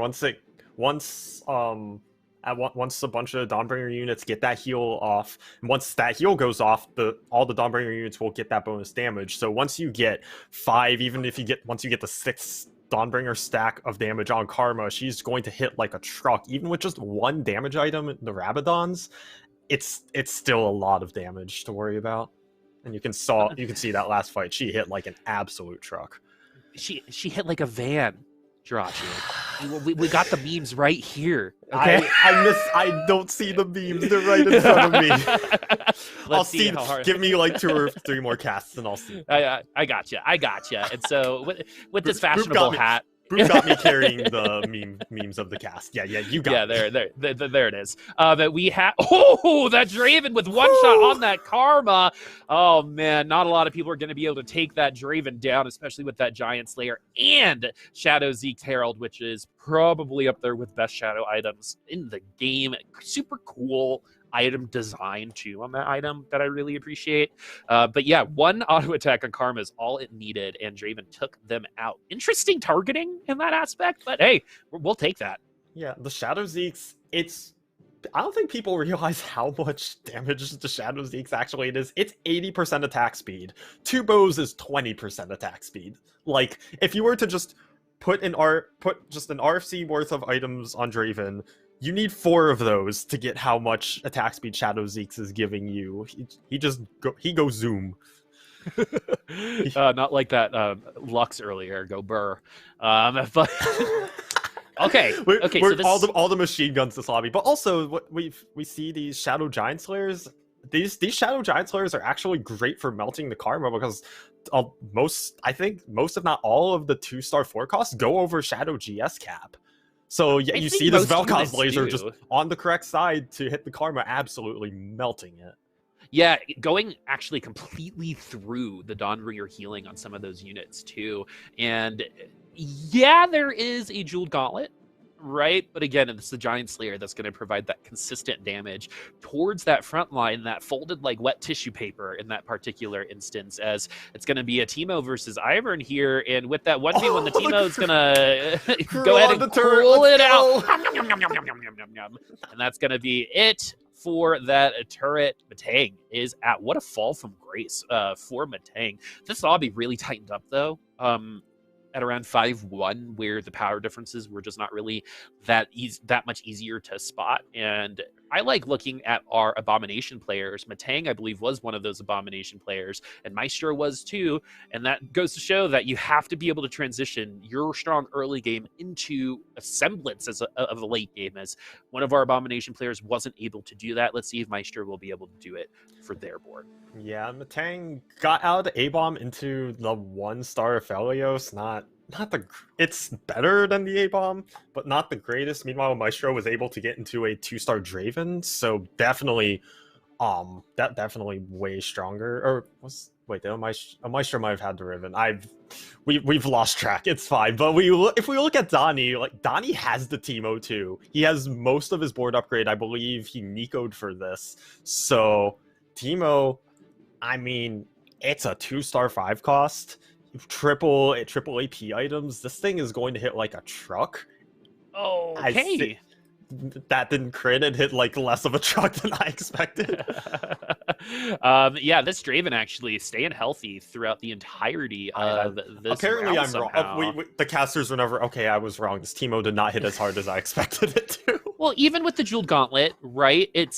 They've got the AP items on, but it's that kind of like burst damage that you notice when it comes to Teemo, and unfortunately the coin flips were not in our favor, as it's going to be Puttyx that we're going to move to as well, and we're only 2 Vel'Kozes away from a vivacious Vel'Koz at 3 stars. And I believe he's uncontested, so he has a decent chance at hitting this. I mean, hitting a 2-star 4 or 3-star 4 cost is always going to be ridiculously hard, especially with this is the thing. Other people are pinging it, so other people know if they see a Vel'Koz, it doesn't cost me econ. We're holding it because I do not want Puttyx to hit this thing, because if he hits this 3-star Vel'Koz, he's probably going first. Mm-hmm. Even the auto attacks on the Vel'Koz on some of these units are so strong, and gotta move the Karma Alan, gotta move the karma. That's the third time that's happened to you. So it might be a good idea to start repositioning. There are enough people in the lobby to start like specifically going after some people. But yeah, that's the third time that karma has lost in that particular spot. So I would love Alan to try to change some things as Maestro still with the Abomination, this time around with a Draven. Oh, it's going to be Draven against the turret, and the turret is not going to win. Turret 0 for 2. in our matchup so far, as Maestro does survive another round, needs to do another couple to make it happen, as it's going to be a renewer spec, which isn't bad, maybe even for the Volibear on this dragon. You definitely wanted items, but if you're getting it a spec, at least you can use this one. Yeah, and most spats you get off of neutrals are at least usable.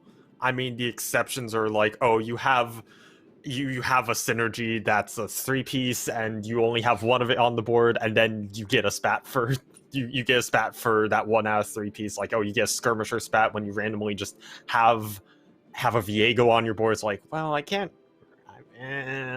really use this, but this renewer spat, yeah, definitely we can actually use it. And the site's put on the Syndra, which actually I don't mind. It's mana regen. She gets to ult a bunch, provide that peel against maybe if there are any late game assassins in the lobby, Diana's or Viego's coming in. She can just repeatedly throw those away and keep this Vel'Koz safe.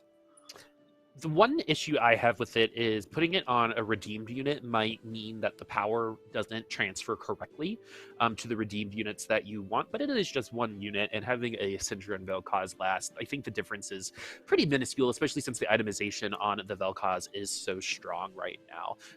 We are gonna get some good damage into our backline. The Dragon's Claw, though, on that Ballista is gonna save at least part of our auto attack base of damage, but this Vel'Koz seems to be the lobby destroyer right now with this Giant Slayer. Omaestro is going to get eliminated in 5th place again, I believe, and that's going to be our returning champion. 3 out of 4 weeks, 1 Fight Night Rising, but today not a single top 4 to be seen, as spetham and Alan in his van are both going to be sitting at 4 HP on Elimination Station themselves. Again, just 2 more Vel'Kozes for Puttyx.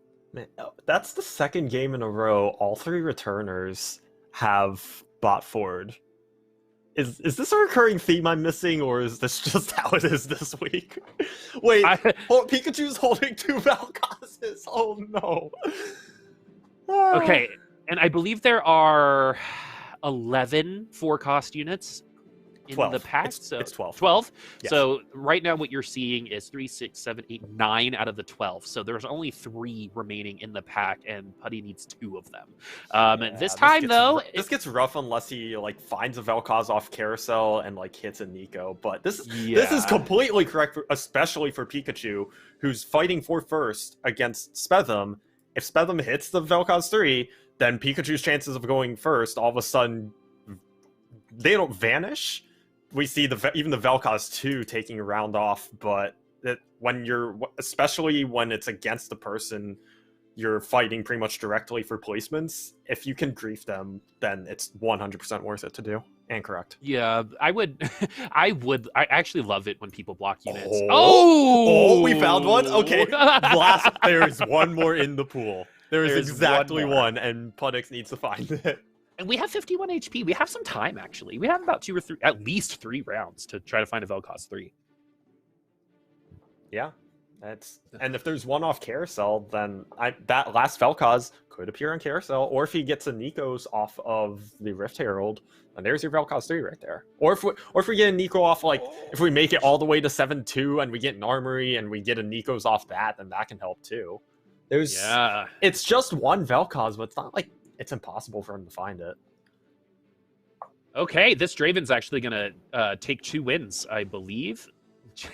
Look at this, Jirachy. It's going to be Giant Slayer versus Giant Slayer at the end of the game. Who said that? It was me. Yeah. I said those things.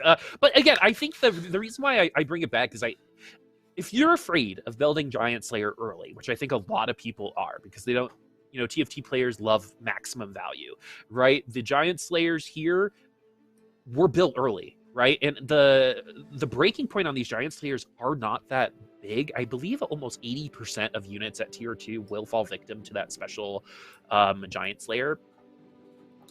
particular ability. And so when it comes to look at just 2 Vel'Kozes sitting there. You What have a this mean entire thing to like do. Draven board, and you just got 2 Vel'Kozes chilling on yeah, bench. yeah, The but squids want to be here for the party too. exactly. Also, squids taste really good. So if you like, calamari, be nice to this Vel'Koz. But yeah, I think the Giant Slayers here are a big reason why we ended up coming into this particular final 2. Remember that things like that Volibear have secondary abilities. Like that time around, it actually helped because Volibear gets rid of shields. And so a lot of those shields did come off. But this is what happened last time. It's going to be up to that Draven to chew through the rest of this damage, especially that Vel'Koz, and it's going to attack the Vel'Koz first with the Viego shutting off the other unit. So what teamwork there. I wish people in my actual lead games would do that kind of stuff, as we could get a tier 2 Kyle, but we pass it to try to get that Vel'Koz because we've already kind of decided, I think, the Vel'Koz is going to happen regardless if we want it or not. I mean, sell the whole board at this point. If you don't feel like you're going to win, just sell the whole board, look for the Vel'Koz 3. I mean, skipping that Kale 2 is actually correct here. It's 10 gold down the drain that you could be using to roll for Vel'Kozes. And the Kale 2,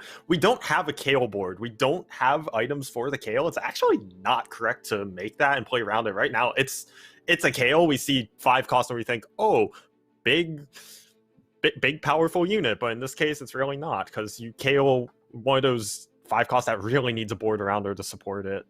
Mm-hmm. And like a specific board too. It's not just any old board or any old front line. You need time. You need to slow the round down as much as possible. But yeah, this is looking like it's going to be a Draven victory. This is the first Draven lobby win in a long time.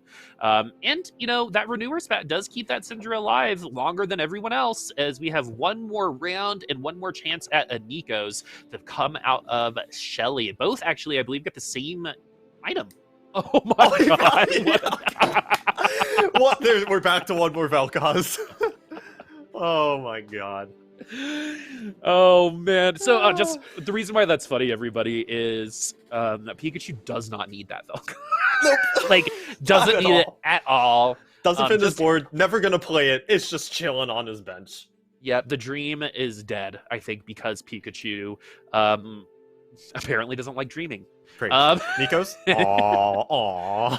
Yeah, no Nico's there. We could have gotten it, but it's just going to be a Sunfire Cape instead. He's got one more chance.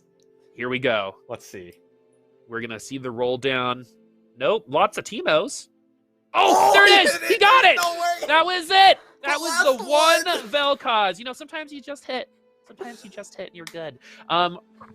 Caution everybody, it still might not be enough. That Draven is life stealing through most of that damage. So oh my god, he actually, that was the literal last one. That break out the Mulch, the Mulch commands, your ham gang copy pastas. Hands up, we found the Vel'Koz 3. We found the Vel'Koz 3. Here we go. Can't wait to see it ult. It is a beautiful sight with these tier 3 units. And Kindred, no!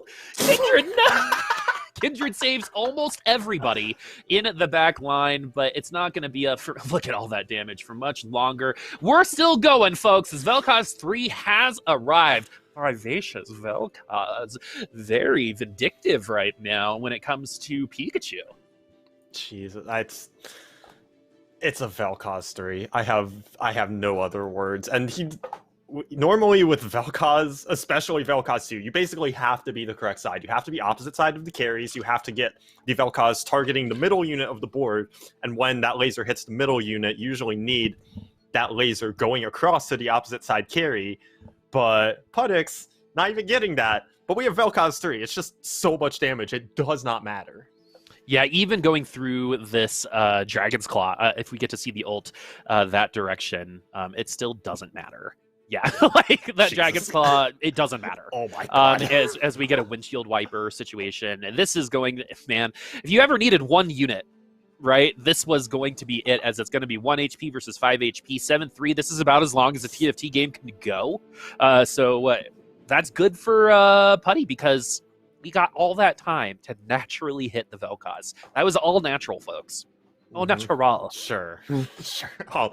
All natural, yes. But When's the latest you've ever seen? I don't think I've seen a stage 7 carousel yet. Not in this set. At the end of last set, games were going pretty long. But not this set usually is over by now, and that kind of just goes to show. Again, we're actually one. Was it Pikachu that we were like, if it comes down to one unit at the end of the game, we'll bring it back? But yeah, this is one unit at literally any given point at any of the rest of the game. We've come down to 7-3, and one unit separates Pikachu. And really, it might as well just be 1-1 because whoever wins this round wins the lobby, and it's gonna be our vivacious Vel'Koz, looking pretty strong so far. But we are giving Draven a little bit of extra time. But as much hope as you might have with the Draven, Kale ascends, Vel'Koz ults. That's it. What a stressful lobby that must have been for Puttyx, man. That was absolutely insane. You got to see you get to say that you got a Vel'Koz 3 during Fight Night Rising during an actual competitive, matchup. It wasn't memes, it wasn't anything. You rolled into Vel'Koz 3 with 4 gold remaining at the very last minute at 5 HP, and you ended up taking 50 away from your opponent. Great stuff from Puttyx there. Yeah, that's what we call the Ham gang after the German player. You stay on level 8, you're going for your 3-star 4 cost, you're just donkey rolling every turn, rolling to 0, and then you hit it. That's the classic Ham gang, and then you win the lobby off of it. Right? Sometimes you just hit. And so let's take a look at those scores, because we know Maestro's going to be in, around 5th, but it's going to be Alan Van and Puttyx swapping positions in their lobby, 17-17. Then Spetham hitting 4th twice in a row. That's why they're in 3rd. vMetang and Pikachu 10 each. Donnie, Maestro, and Java are 3 returning players from last week in the bottom 3 right now. But in this particular lobby, everyone's still eligible for the top 3. Even Java and Donnie and Maestro could potentially still compete for that win if Alan somehow falls off. But now that we've hit halftime, we've gotten to see a couple comps, but I mean, the highlight's gonna be Vel'Koz. So let's not talk about that for 30 seconds before we go to our break. Before that, what is one thing that you've really been enjoying seeing on the casting side of things so far? Definitely the diversity of the comps that are top 4, and not even just winning. Like, we saw the first lobby, Yasuo took the lobby. We didn't even see Yasuo in the second game. It was the Vel'Koz that took it, and we saw Draven, we saw Riven to get into that. We saw some A-Bomb early.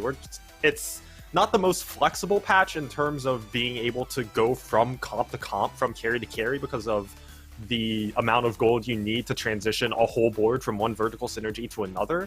But we're still seeing a lot of diversity in actual comps being played, and in the early and mid to late games. So I would love to see more of that going forward, and it's been so much fun to see so far. Awesome. Well, I totally agree. These lobbies have been quite good. What a comeback from Puttyx. And I want to get to our 3rd lobby, so we're going to take a quick break, about 5 minutes, and we'll see you on the other side.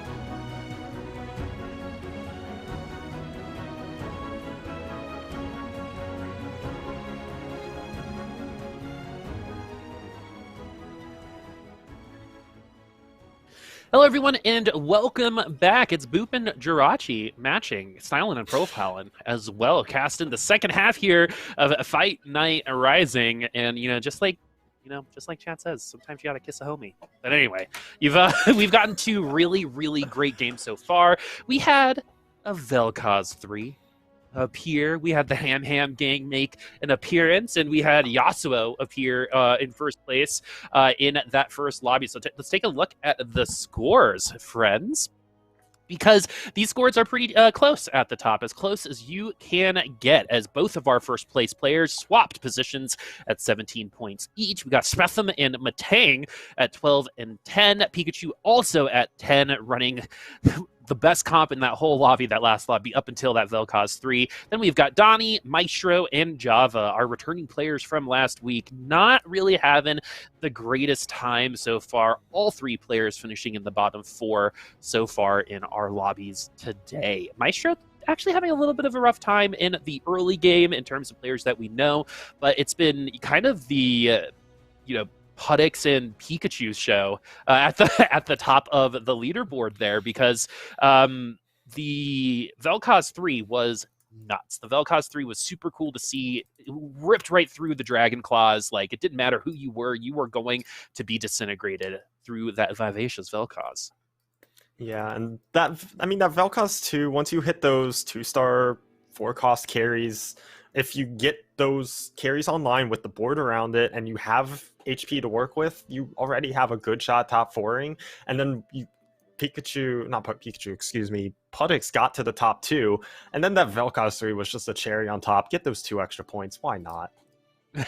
Exactly. I mean, 1 point is sometimes all that you need to win a lobby. We've had 1 point victories before, and it comes down to that final placement a lot of the time. So we're in lobby 3. We have 2 more to go, and this is definitely where players start saying, okay, how do I set up for the win? I've been setting up for our top 4 placements before this lobby, and it would have been great if we got a lobby win. But now, if I haven't won just yet, I gotta look for that top 2 at least.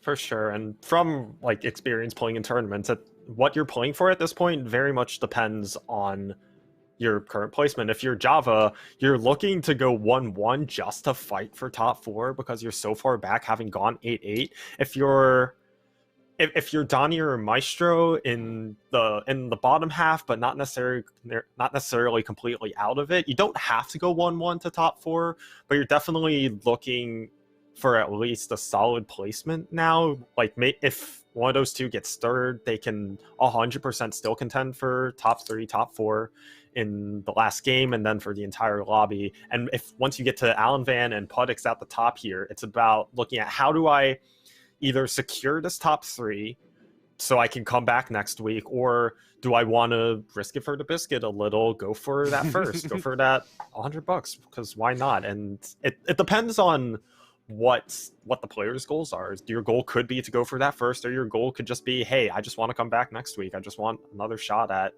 just playing this tourney series. Yep. I mean, I risk it for many biscuits, just so you know. Unhealthily so, probably, because I'm not supposed to eat wheat. So when I got diagnosed with my celiacs, I told my doctor that it wasn't real. I didn't believe them. I wish that's how it was for me and my myriad of mental health issues. No, well, I mean, no, like, when you're telling me I have ADHD? No, I do not have ADHD. Absolutely not. No, you're wrong. Don't have celiacs. Gonna eat that cake. Sorry. And then I got diagnosed again a second time, and I was like, I swore this was not real, but apparently it is. As real as day. But yeah, as we get back to Alan Van and Putty, this is kind of this is the top 2 right now. And looking at Putty's board, another really great opener. We've got 4 brawlers. They're all tier 1, but they all have 1,000 extra HP, and that Nunu is going to hurt. We also hit on the other 2 brawlers. I mean, yeah, sure. I mean, that's why if you're looking at Puttyx's face, he's like, what is happening? Well, success. This is what success looks like. As we have says it all. Yeah. 4,000 extra HP across the board, along with the Shadow Warmogs on the Nunu, which will take out 1, 2, maybe even 3 units, depending on how long the battle goes. 4 brawlers already. Probably the best front line for early game. It's just so much health that it's hard for anything to get through that. And once you have the set 2, you have a Nunu with Shadow Warmogs. It's just, hey, here's more health on top of this boatload of health we already have. And we have some damage now, because set 2 just going to help rip some armor, allow all the auto attacks from the brawlers to actually do a little bit more damage, do some extra damage with the haymakers themselves. And I mean, Putty's early game is just completely set up for him. Yeah, like usually this takes a couple rounds to get to, but we're done, right? With our 2 tier 2 units, even at Nunu 1, we're fine with that, as we're going to win by attrition. HP is such a valuable statistic in the early game that is not that valuable later on. There's not a lot of percent health. There's not a lot of true damage. Yasuo is a tier 3 unit, right? And even at, a 3-cost unit, and even at tier 1 with that true damage, this is so much HP to get through. There just isn't enough damage outside of, your A-bombs or your veins, for example, that have attack speed that can kind of rip through this HP with some true damage. And so there are some opportunities for this to lose, but the other crazy thing about it is there's 3 of these brawler comps on the board right now. We were able to tier 2 of them to start, so we're already winning that race. Plus, we've got a best in slot item on the Nunu. We're feeling very, very good. We're at least gonna win the next 2-3 rounds, maybe even more. It's what comes after this. Getting to 4 brawlers is the easy part, right? But none of them have any other synergies, so you can go into the Dawnbringer Karma, you can go into A-Bomb, you could even go into Forgotten from here as well. Yeah, and I think Putty with this 4 brawler setup and Brand Pair on bench just needs to find the Kalista to find A-Bomb. If he finds that A-Bomb for level 6, he's going to be win streaking probably into, I want to say Wolves. Like, I would not be surprised if he ended up on a 10 streak, but I love what he did there with that super aggressive level to 5. He saw vMetang's board and was thinking, hey, there's either a chance that this can beat me if I just stay at level 4, or just, hey, this other person who's at 100, I want to hammer them as hard as possible, get that extra unit in. That extra 2 damage can sometimes matter. It's with going for top 4s, it's honestly, it's not just about your own HP. Sometimes it's your own HP where it's like, okay, I saved my 2 health. That allowed me a top 4. But sometimes dealing 2 extra damage to someone can also mean a top 4 because that 2 extra damage meant they place 1 HP below you instead of 1 HP above you. So that 2 extra damage, it doesn't cost him any money right now. It might cost him 1 interest gold on like 2/6, but it's worth it to guarantee the streak keeps going, looking at the lobby, seeing there's someone else who's strong, and dealing extra damage to someone else who's strong can put them into panic mode maybe a little bit sooner. There's definitely merit to just absolutely hammering this lobby when you're ahead.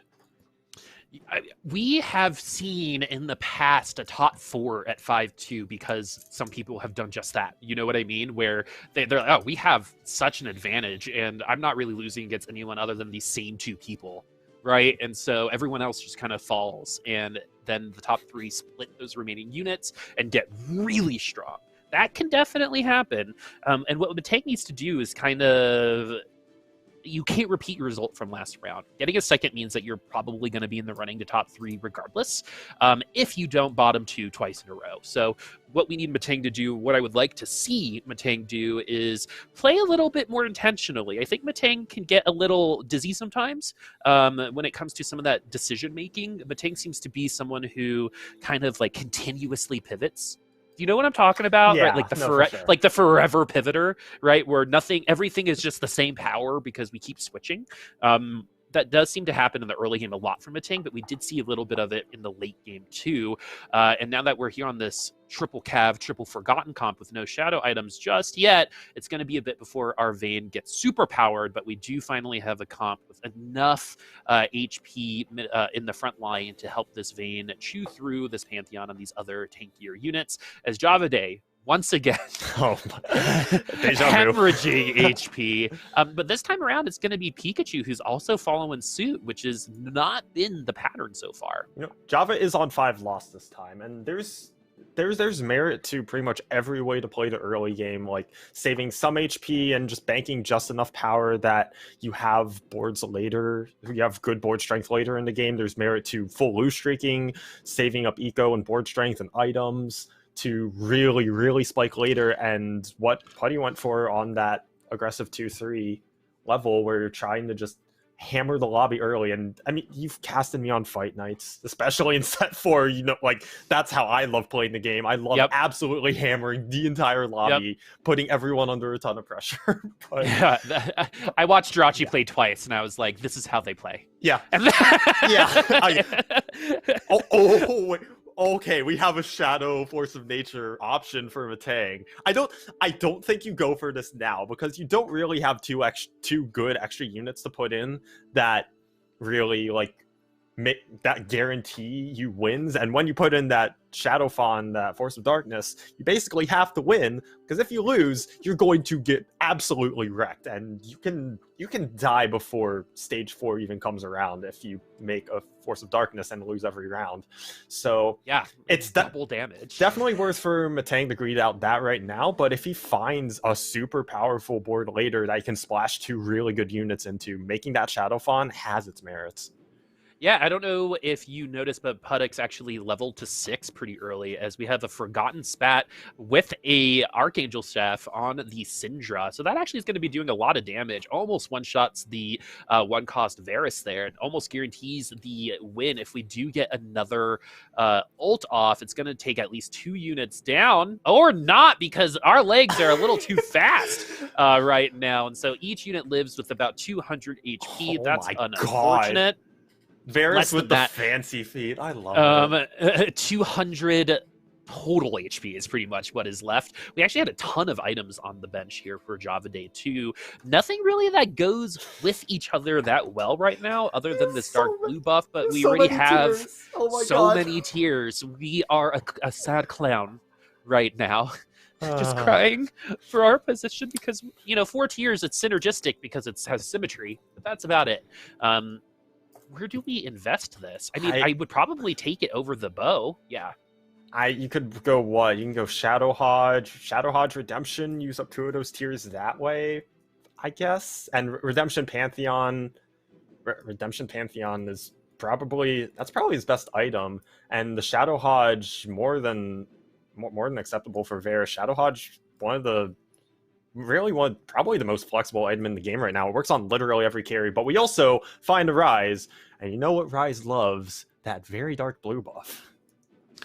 You know, I would love for every time, you know how like each champ says something when you buy them from the shop? How funny would it be if when you bought Ryze, it was just Ryze? From the music video every single time you bought them. Yeah. More please, thank you. I'll be writing a strongly worded letter to make this happen. That joke has the like Ryze has happened a lot in Discord calls I've been in. And that's fine because I'm not there. And so now I've been a part of it, and I feel I belong to a group. That's great.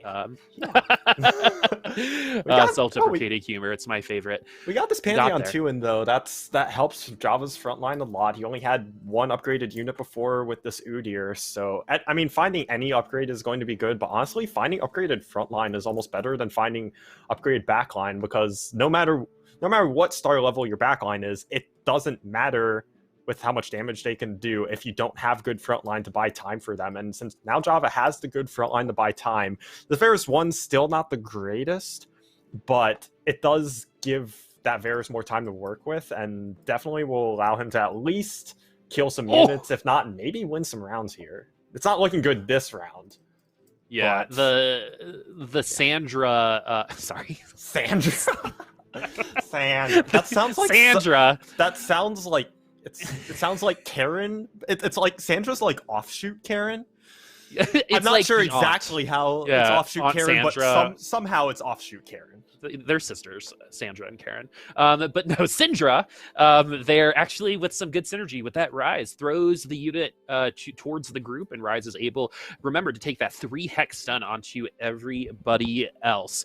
But yeah, it's going to be Javaday, once again, just hoping to make it to Wolves. We'll probably make it at 44 HP, which is the highest I think Java has been at this point in time. And seeing where everyone else is in the lobby, it doesn't really strike me as anyone really running away with it right now. No one's on fire. Everyone's below 90 HP. So people are taking wins off of everyone. At most, they're 60-40 coin flip. 60-40s, not coin flips. But now we are going to potentially find another skirmisher. We have the Shadow Last Whisper now on the Varus that is going to proc on those Ruden's bolts as well. So that's going to be really nice for units like Pantheon when they finally ult. But in terms of where the damage is coming from, it's still that 1-cost unit. Hopefully our skirmishers, get a little bit more value than they deserve.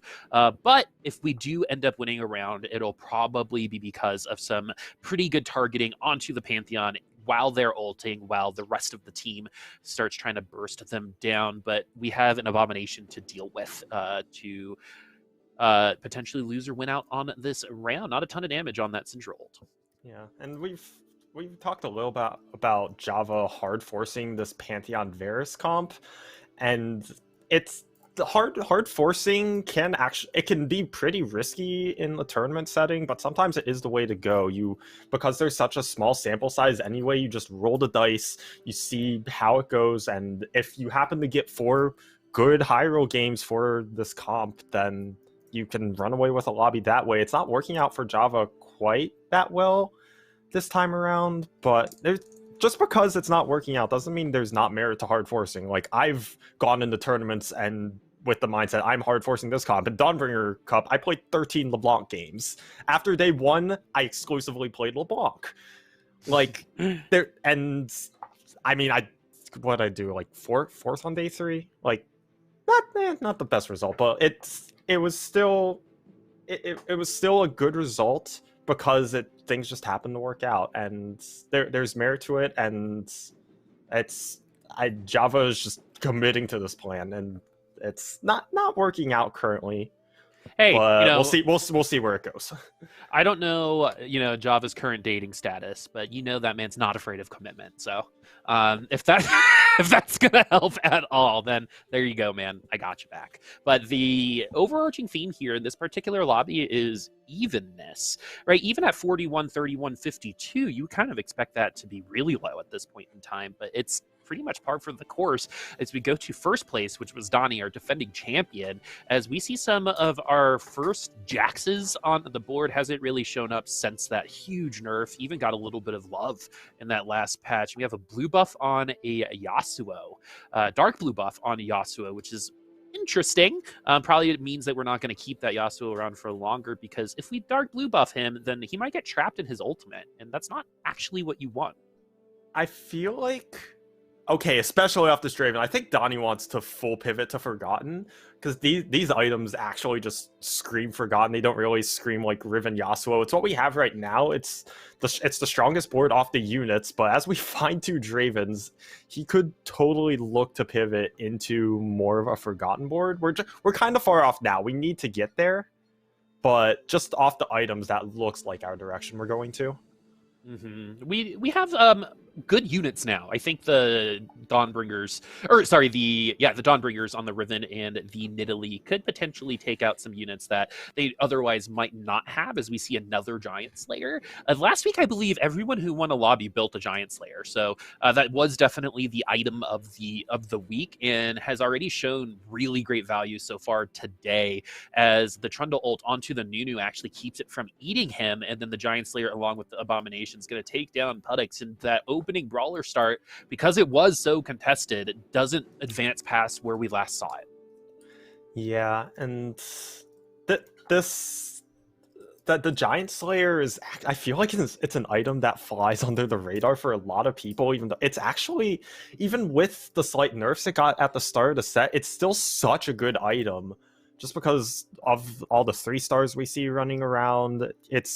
It's very common to get value out of that item, and as we see now, Donnie finds Draven 2, not going to go for a full pivot necessarily, like, oh, I'm going to sell my entire board, I'm going to put in all Forgotten units, going to go for a bit more slower, put the 3 Forgotten in for now, maybe try and get in like this 4 Legionnaire somehow, since he has the Legionnaire spat, but this more like measured approach to pivoting your board of, oh, I'm going to keep the strong units on, I only have 6 gold. I'm nowhere close to 6 Forgotten. We'll just live with 3 for now. It's stage 4. I don't need 6 Forgotten. I have a Draven 2.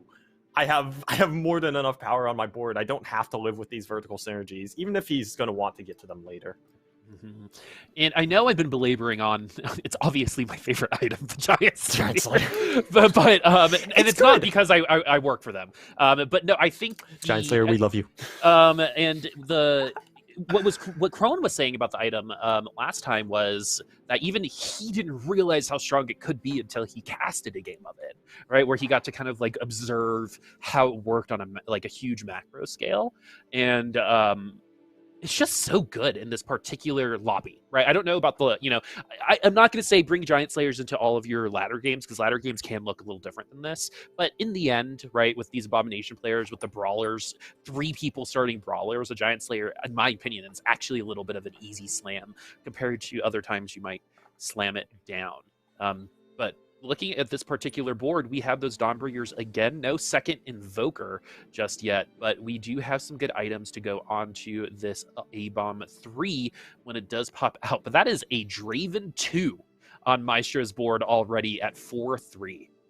Wait, no, it's a Draven 1, but it's a Forgotten Darius. Darius 2. It is a Darius 2. Sorry. It's also they're brothers. It's okay. 2 Forgotten spats?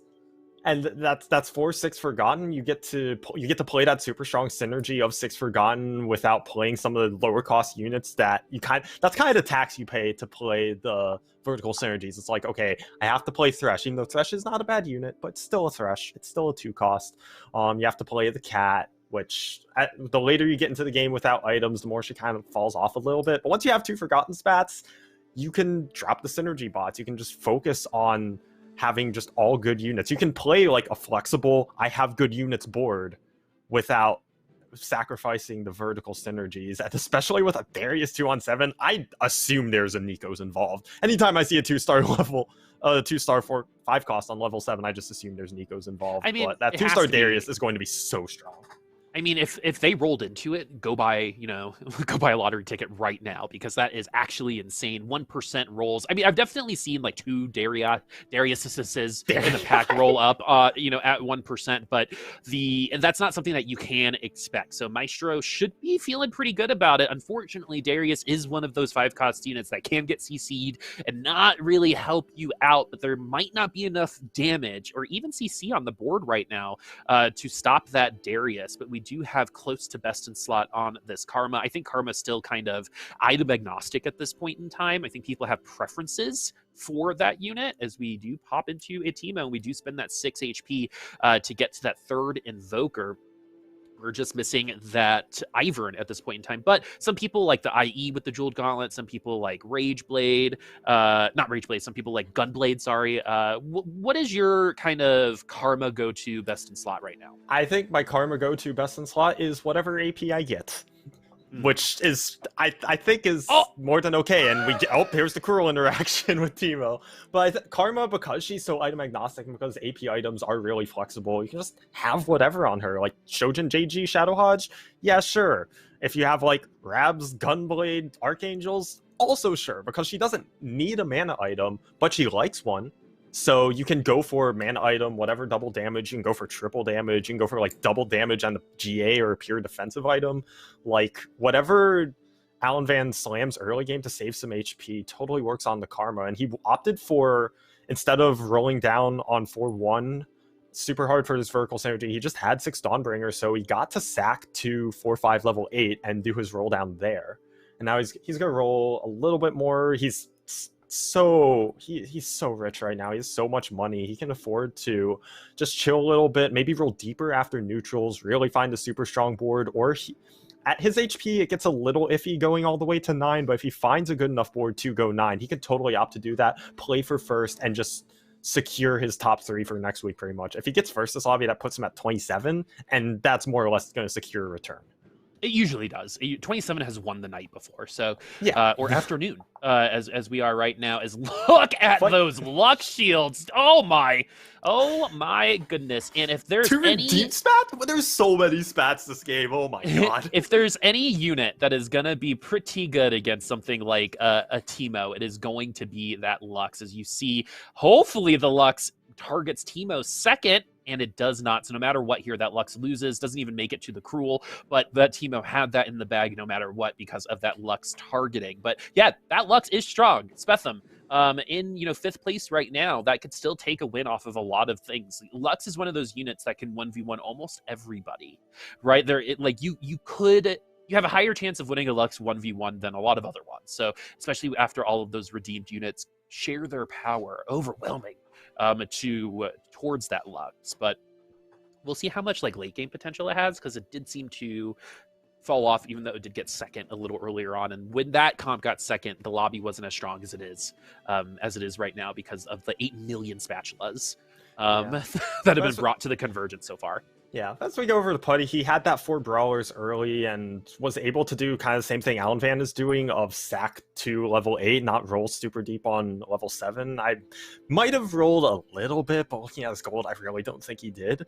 But now he can just look for a super strong board, finds Karma 2, finds the Ivern 2, and as just one Teemo off. Also having Teemo 2 could easily pivot to 4 Invokers, get out of this A-bomb. He has options. Get the Shadow JG off, get that onto probably maybe the Karma, maybe the Teemo. You definitely have options with that. He's going to put it on the Karma for now just because it's 2-star, which makes sense. Yeah, and as of right now, that Karma is going to be doing a lot more consistent damage than the Teemo is. You would expect. But, ooh, nice Kindred ult. That might take down a couple more units. Yeah, at least 1. 2? 3 units? Wow, that last 4 units? That oh my god. Saving the Karma wiped out another, I want to say 3 or 4 units from a Maestro. Yep. That's 6 to 8 HP saved. You're never going to be upset about that.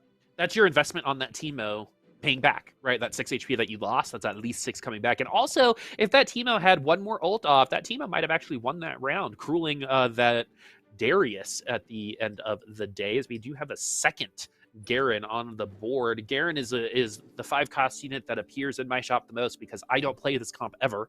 So of course it's going to show up the most. But when it comes to Fair. Puttyx, this is going to be really great for him as we have the 4 Dawnbringer and we've got some nice items on our Invokers. Yeah, Why split the power there? It feels a little bit bad not having 3 items on the Karma, but with a triple stacked Garen with this, these are probably his best items, or just the best items for any tank in general that wants to just be completely unkillable.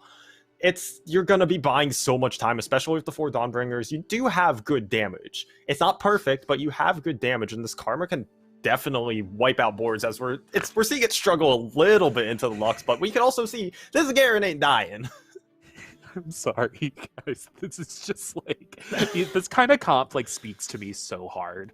Like I love watching those comps. As we actually have JavadayStream now, not in last place for the first time today. He hit it. Everything is on board right now. We're on fire, second place. Is this going to be the turnaround? Are we only first or eighth? Like JavadayStream, it did say that last time, because if we do win, we might actually set up for a top 3 placement. We have some good itemization too on that Varus with that Last Whisper Jeweled Gauntlet. So those crits are still going to matter, along with the Ruden's Hurricane, plus some nice shred on that Ryze. So Ryze actually does a lot of auto attacking when they're above that HP threshold for that dark blue buff. Spetham keeps following us around, which is good because I think this is like the best version of like a middle ground comp that you can ask for, where, you know, if you can beat Lux, you probably top 4. If not, you probably aren't going to top 4. So this is a nice litmus test.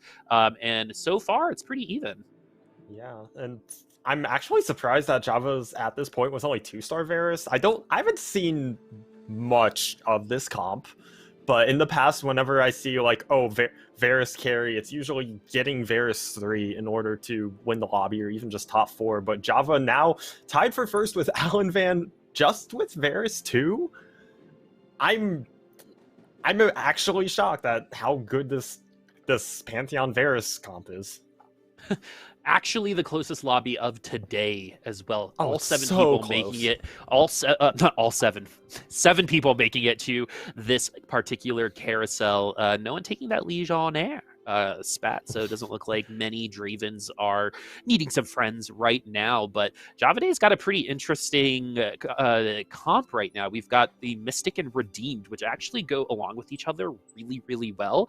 Why, do you ask? Well, because Mystic is going to provide even more defensive opportunities for the last remaining Redeemed members. Ironclad is going to help with the Dravens. The Mystics are going to help with the Vel'Kozes, right? We have a little bit of defense going everywhere, probably a little bit more on the physical damage side. Plus, we compensate for our lack of general damage by having Dragon Slayers on the board as well. So everyone's going to get a little bit stronger that way too. A lot of splashes here, a lot of synergies that work really well with each other that aren't necessarily vertical. So let's take a gander of how this is going to work out, because a nice stun onto the Viego is going to keep that Kindred on our side, but not for long because of the...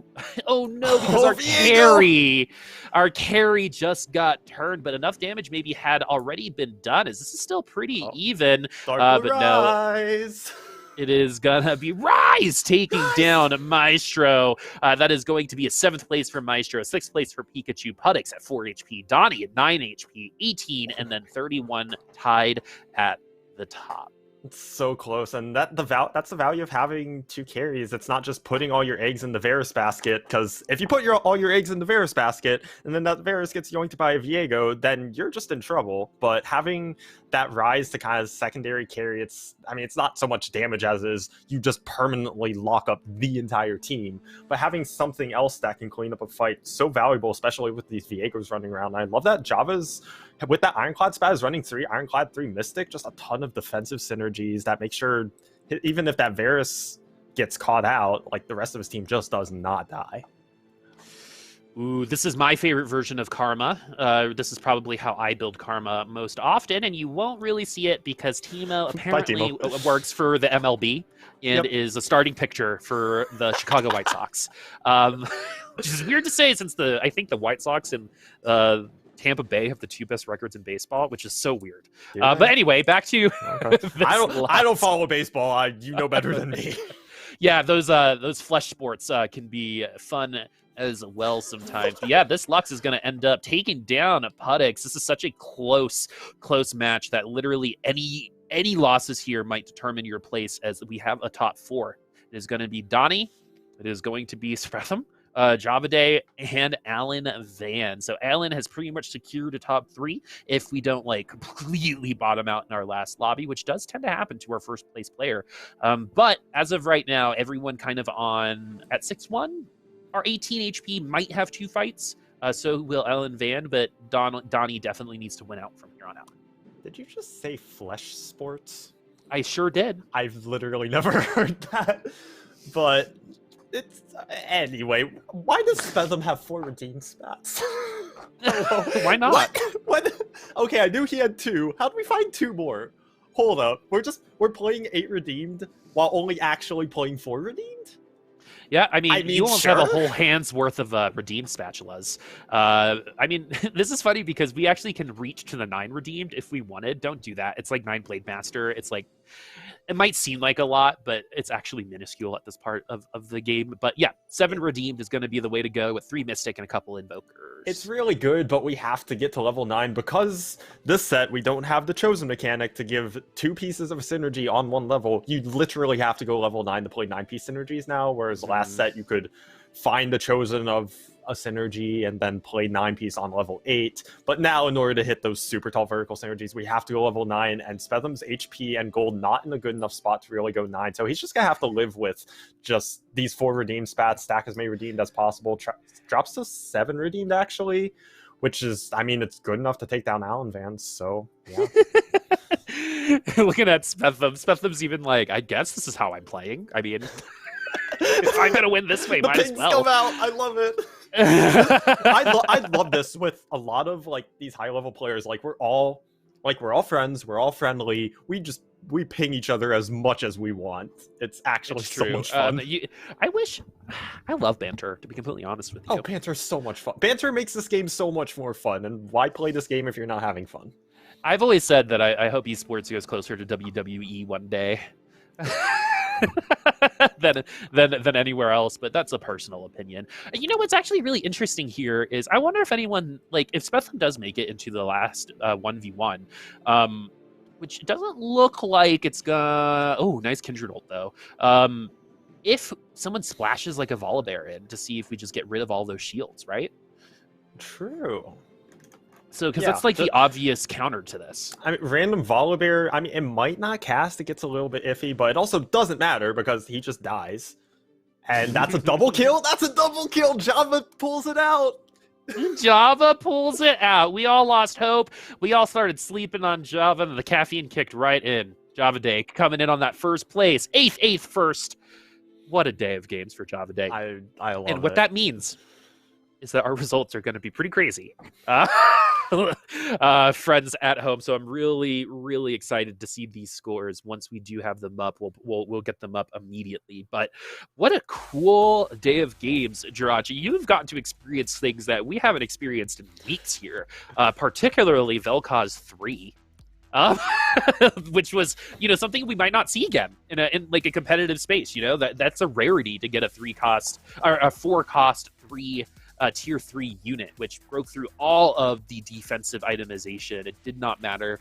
Vel'Koz was able to take it. And this particular lobby was really interesting too, since we had all of our tanky players get eliminated, and we had a 7 redeemed with 4 redeemed spatula get second, and then Javaday, who's playing a comp no one else is playing, ended up winning, finally proving that, like you said, just because it doesn't work one time doesn't mean it's not going to work the next time. Or if it doesn't work 2 times in a row, it might work 2 times in a row next.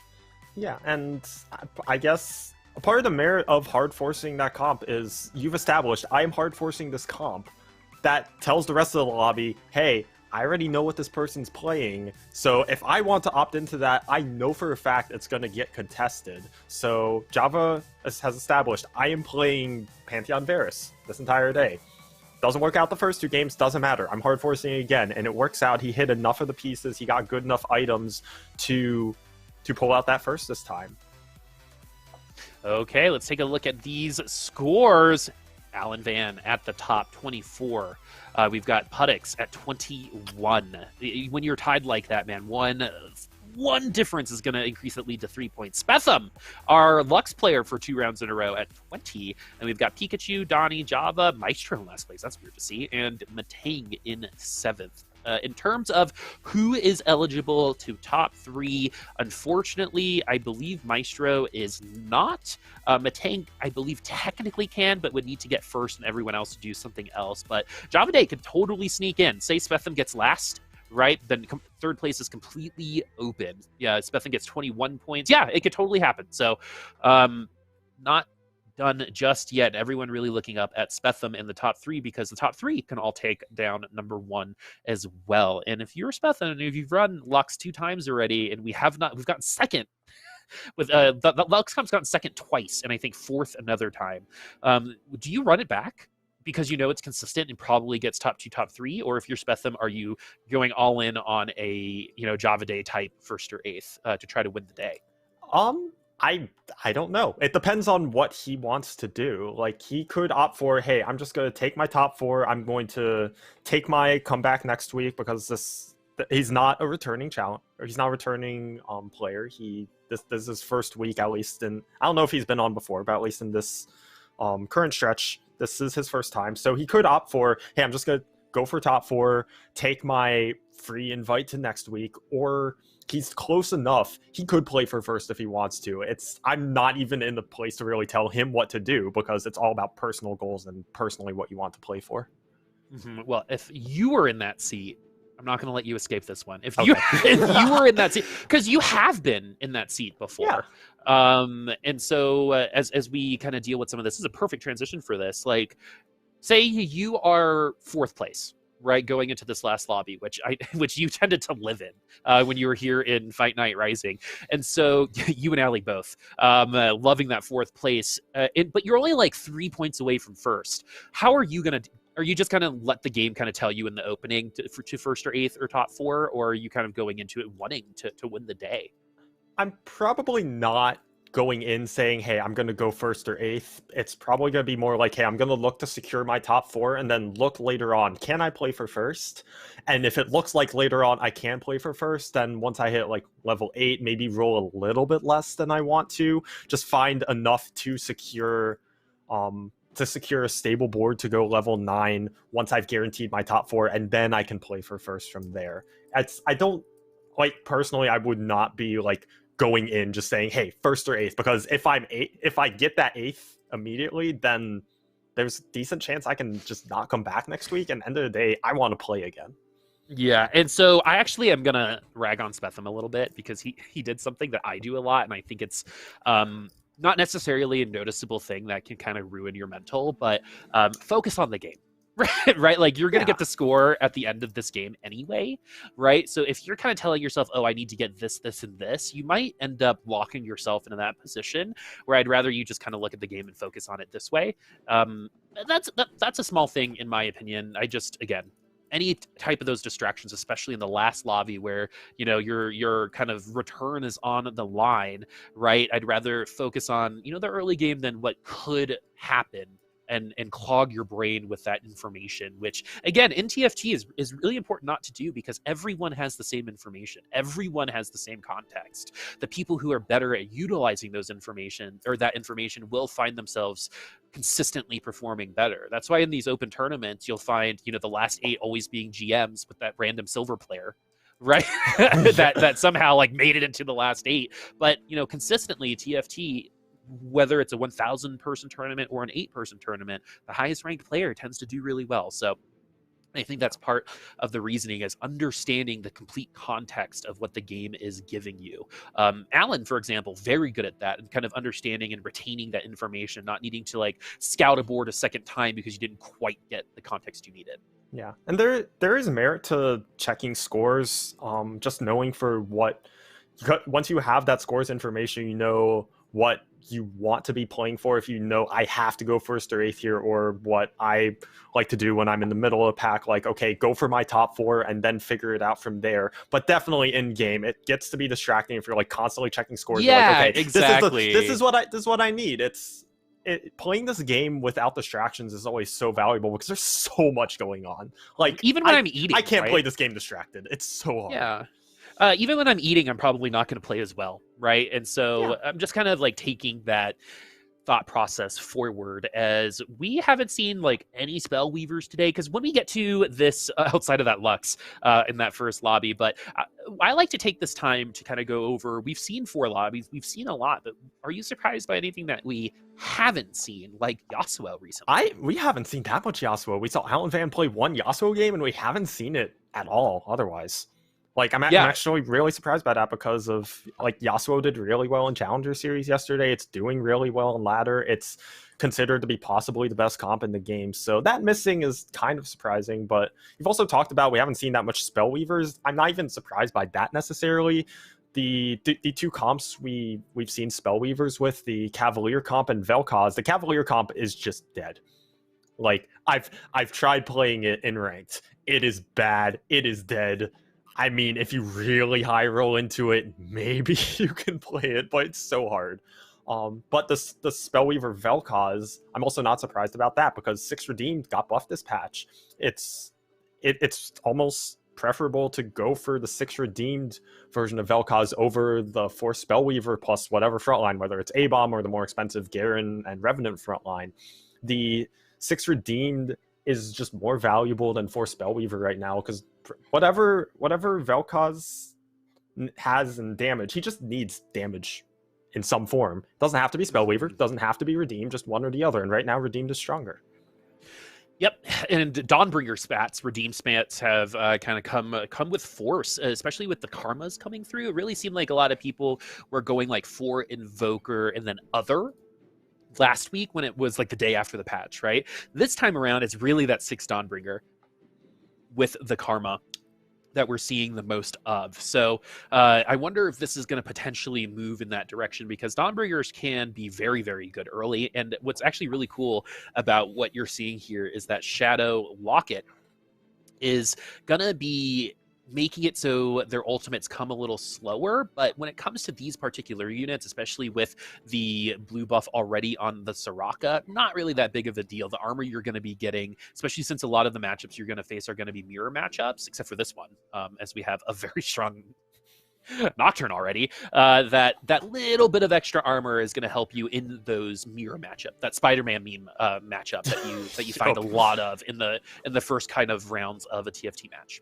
Yeah, and the Shadow Locket is just one of the best items in the game right now, because it's so much tanky stats, and it bolsters your frontline, and frontline units get a lot of their mana generation from taking damage anyway.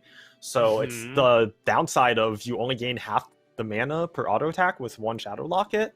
It's not that much of a downside, because you still get your ultimates up and going.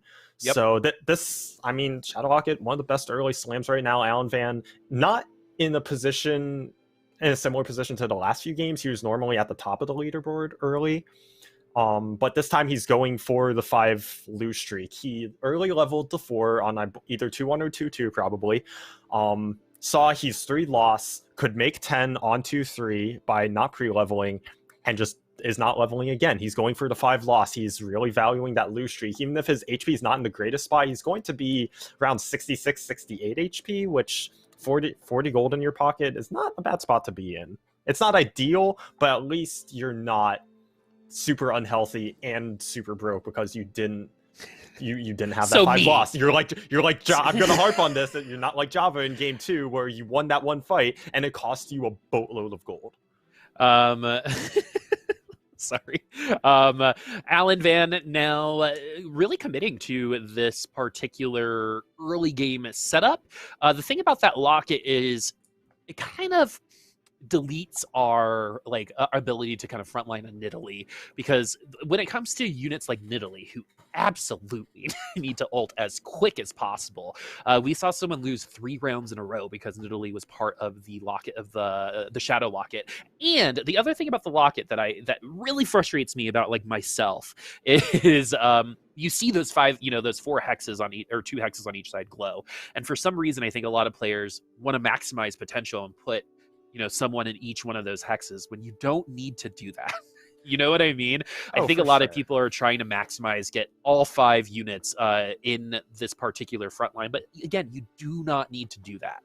Yeah, the Shadow Locket is going to have less value on some units, and we see Alan Van wasn't putting the Kha'Zix in Shadow Locket, and I completely agree with that, because the Kha'Zix is in the back line. He wants to generate his mana from auto attacks. He doesn't want to get focused.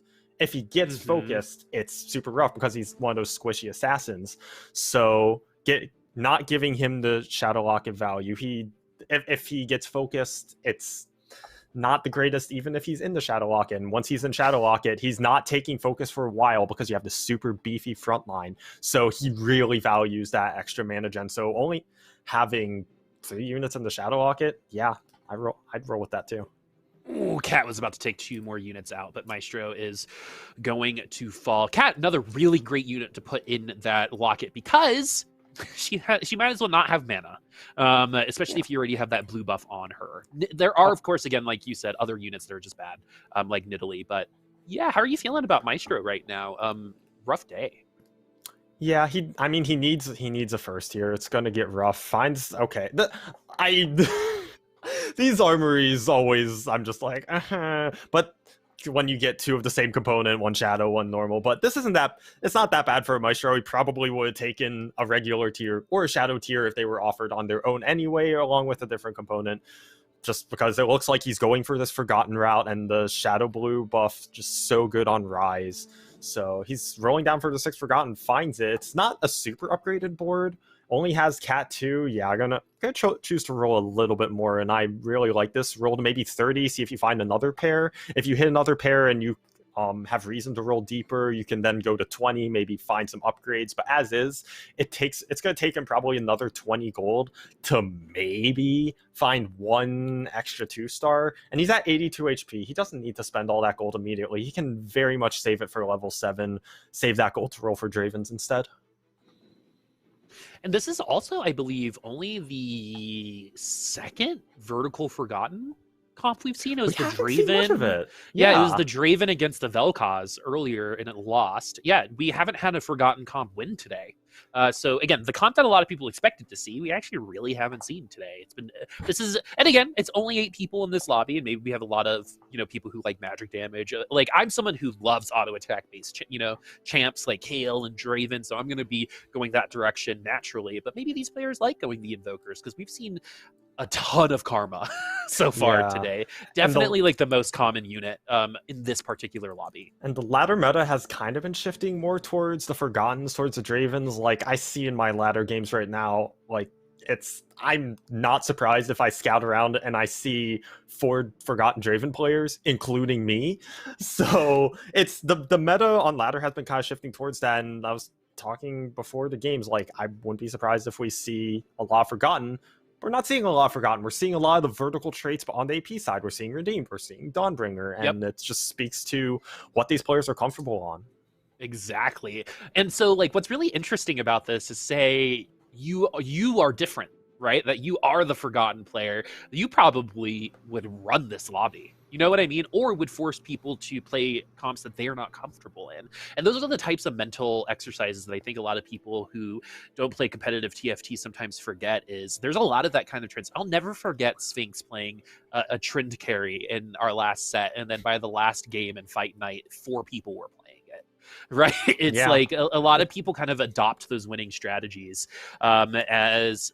We do have another Forgotten comp, so it looks like Spetham was looking to win this lobby with this particular setup, and we actually are doing a little bit better. Not a little bit, we're doing a lot better than our other Forgotten friends right now, as we have 2 stacks, but also a pretty tanky Warwick. We're close to Warwick 3. We only need the 1 left, and not the best unit in the world, but definitely a unit that is going to help us find some success here as we put a fashionable hat on Katarina. Do you wonder how she keeps it on while she spins? If I didn't see these 8 Warwicks, I'd actually say that Spetham is looking to pivot later into Karma or into the Vel'Koz, but we have the 8 Warwicks. I mean, it's not the strongest 3-star. It's only a 1 cost. Like, honestly, depending on his board later, unless he's playing 6 Forgotten later, you actually probably sell that Warwick, which selling a 3-star feels super weird, but if it doesn't really fit into your board at all, and I mean, it doesn't do much, it's hogging up items that actually sometimes can be better on a 2-star 4 cost. Like, If he ends up going in that direction, I don't know what direction he's going in, because he has all these Warwicks. He could easily stay on Forgotten. He could easily go into a more AP focused vertical trait later, but with these Warwicks, he might just have them and then end up selling them later. I'm really not sure. He's still checking scores. Someone's nervous. Like this is. I feel him. I really do. I do this all the time. I can only say don't do it because I'm me, like, you know, casting right now. But the thing about it is, I definitely can start hyper focusing on where I'm at right now, what I need to do, rather than focusing on my own game. Right. So that is something that I will bring up, because I've been unfortunately a victim of my own kind of lack of awareness of what I'm doing right now, because I'm so worried about kind of like the bigger picture, which doesn't really matter because I'm in the last lobby. You know what I mean?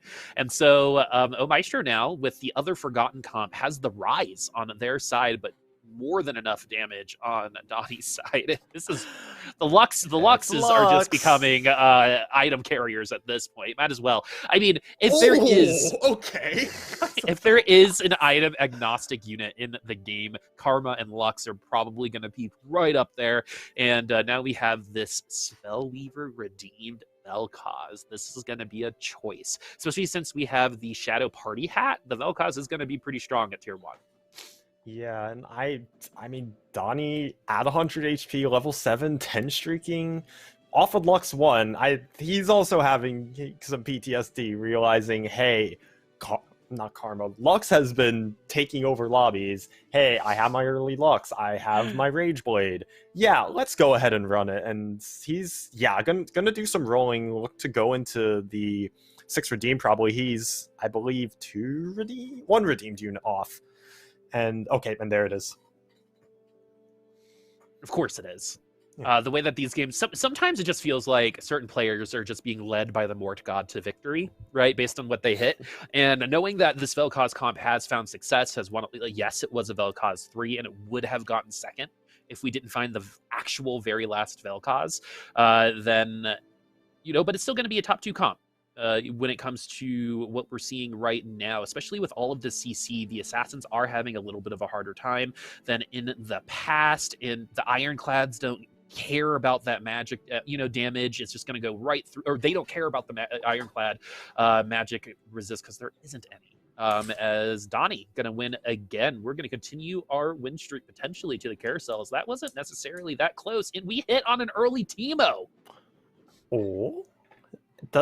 I don't know if he is this better. This might be better than a Lulu 2, depending on how good Mystic is in this lobby. This Teemo 1 might be better. If it's more AD focused, this Teemo is 100% better, because then it's slowing down the Dravens. It's slowing down if there was an Aphelios or a Yasuo somewhere, which we haven't really seen. But just knowing that this lobby has been pretty AP focused, this Lulu is probably better, but this Teemo can go in 2 turns on 4-5. Donnie has a ton of money. He can easily, even though he rolled a little bit on 4-1, he can still easily level to 8 on 4-1, stay above 30 gold. He's actually ridiculously strong. And we talked a bit about, like, oh, he saw this Lux carry, he saw it work. TFT players steal from each other all the time. I'm not even surprised he stole from his lobby.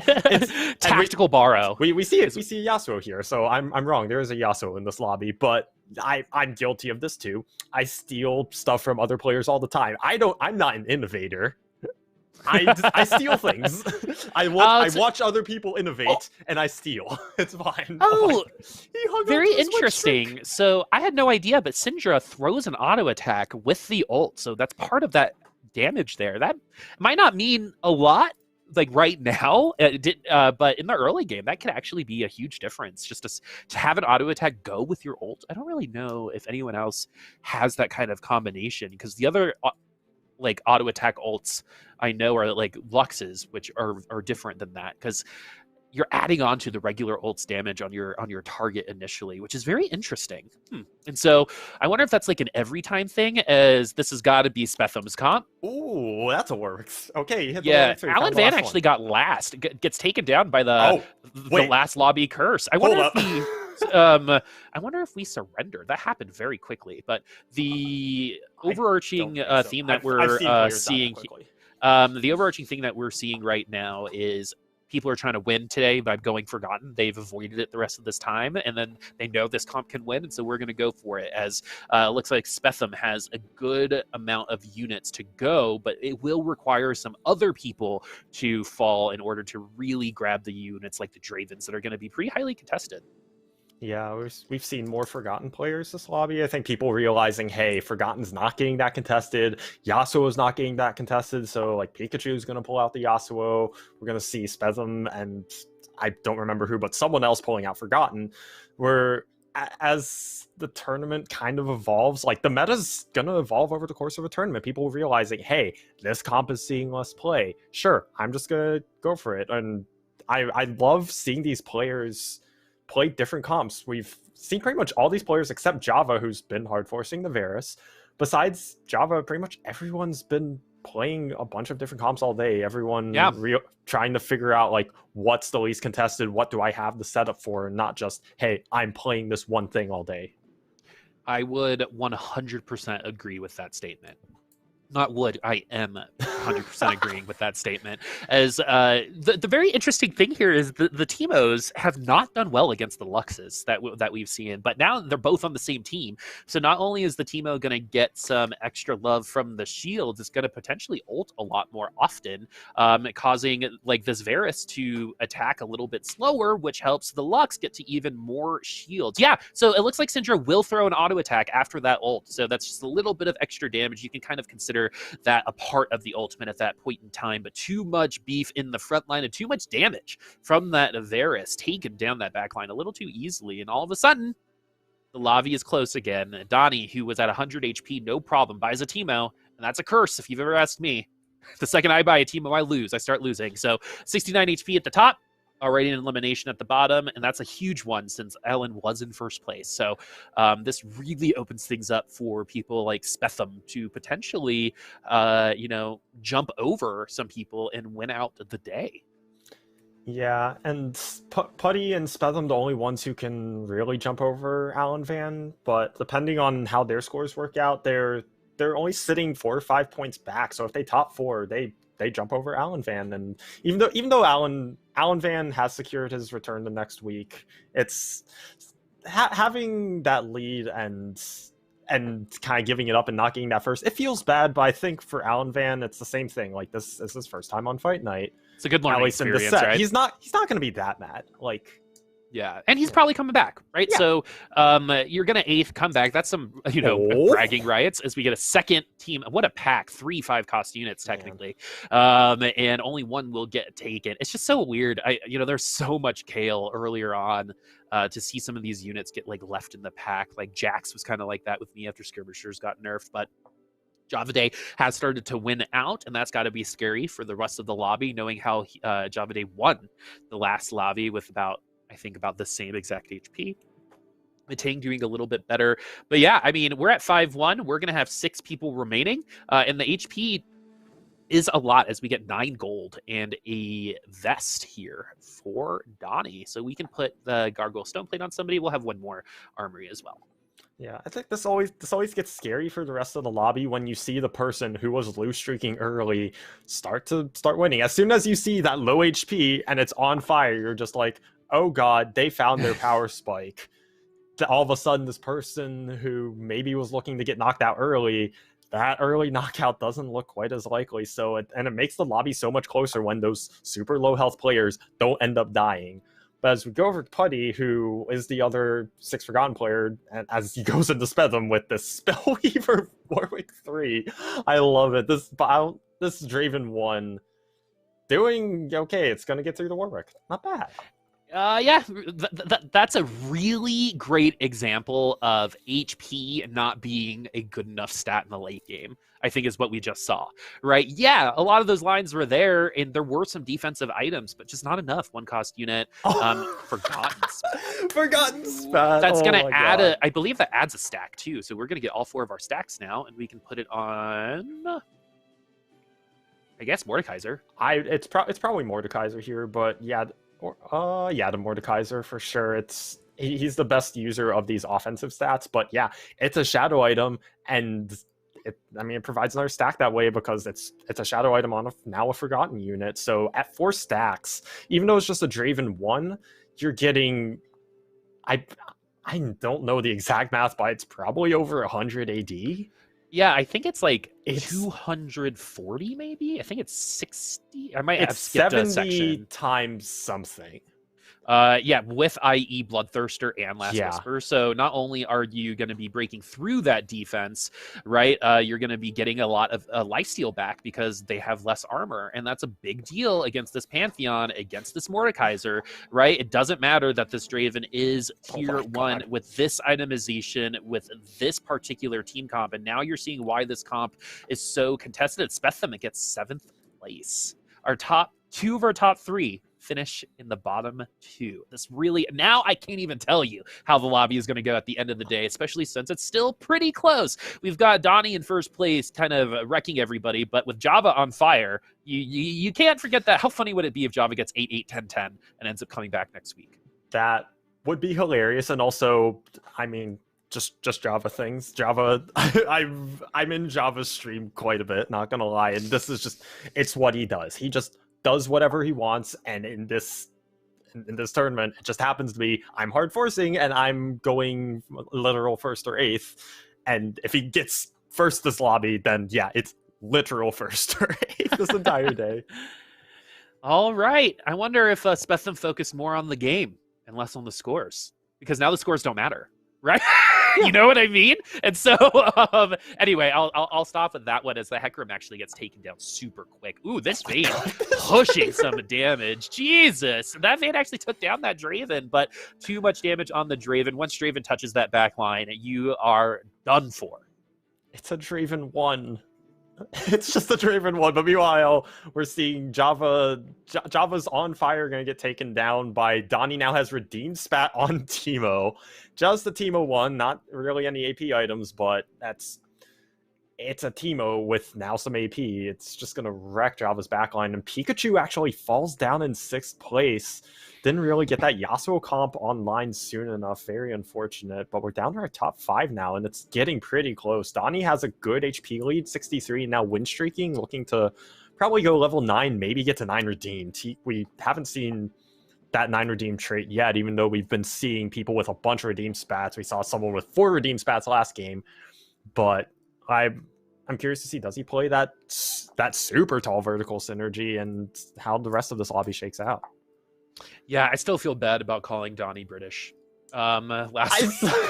I was watching the VOD from last week, and I saw the interview, and I was like, and I heard you say something about EU, and I was like, wait, Donnie's from Australia, oh no. But less about me and more about what we're seeing on the field right now. We've got the Jax. We've got a tier 2 Varus. We haven't needed the tier 3 Varus so far. Maybe we're learning a little bit because of that as well. We're keeping the Zephyr free, and we can't Zephyr the Draven. That is unfortunate. So this Draven now at tier 2 just got picked up in that last round. Puttyx so strong, even going through those ironclads, no problem because of that last Whisper. So with the Shadow Last Whisper, ironclads don't really matter. We got to turn around to the Jax though, because Kindred does matter, and the Kindred ult saves the day.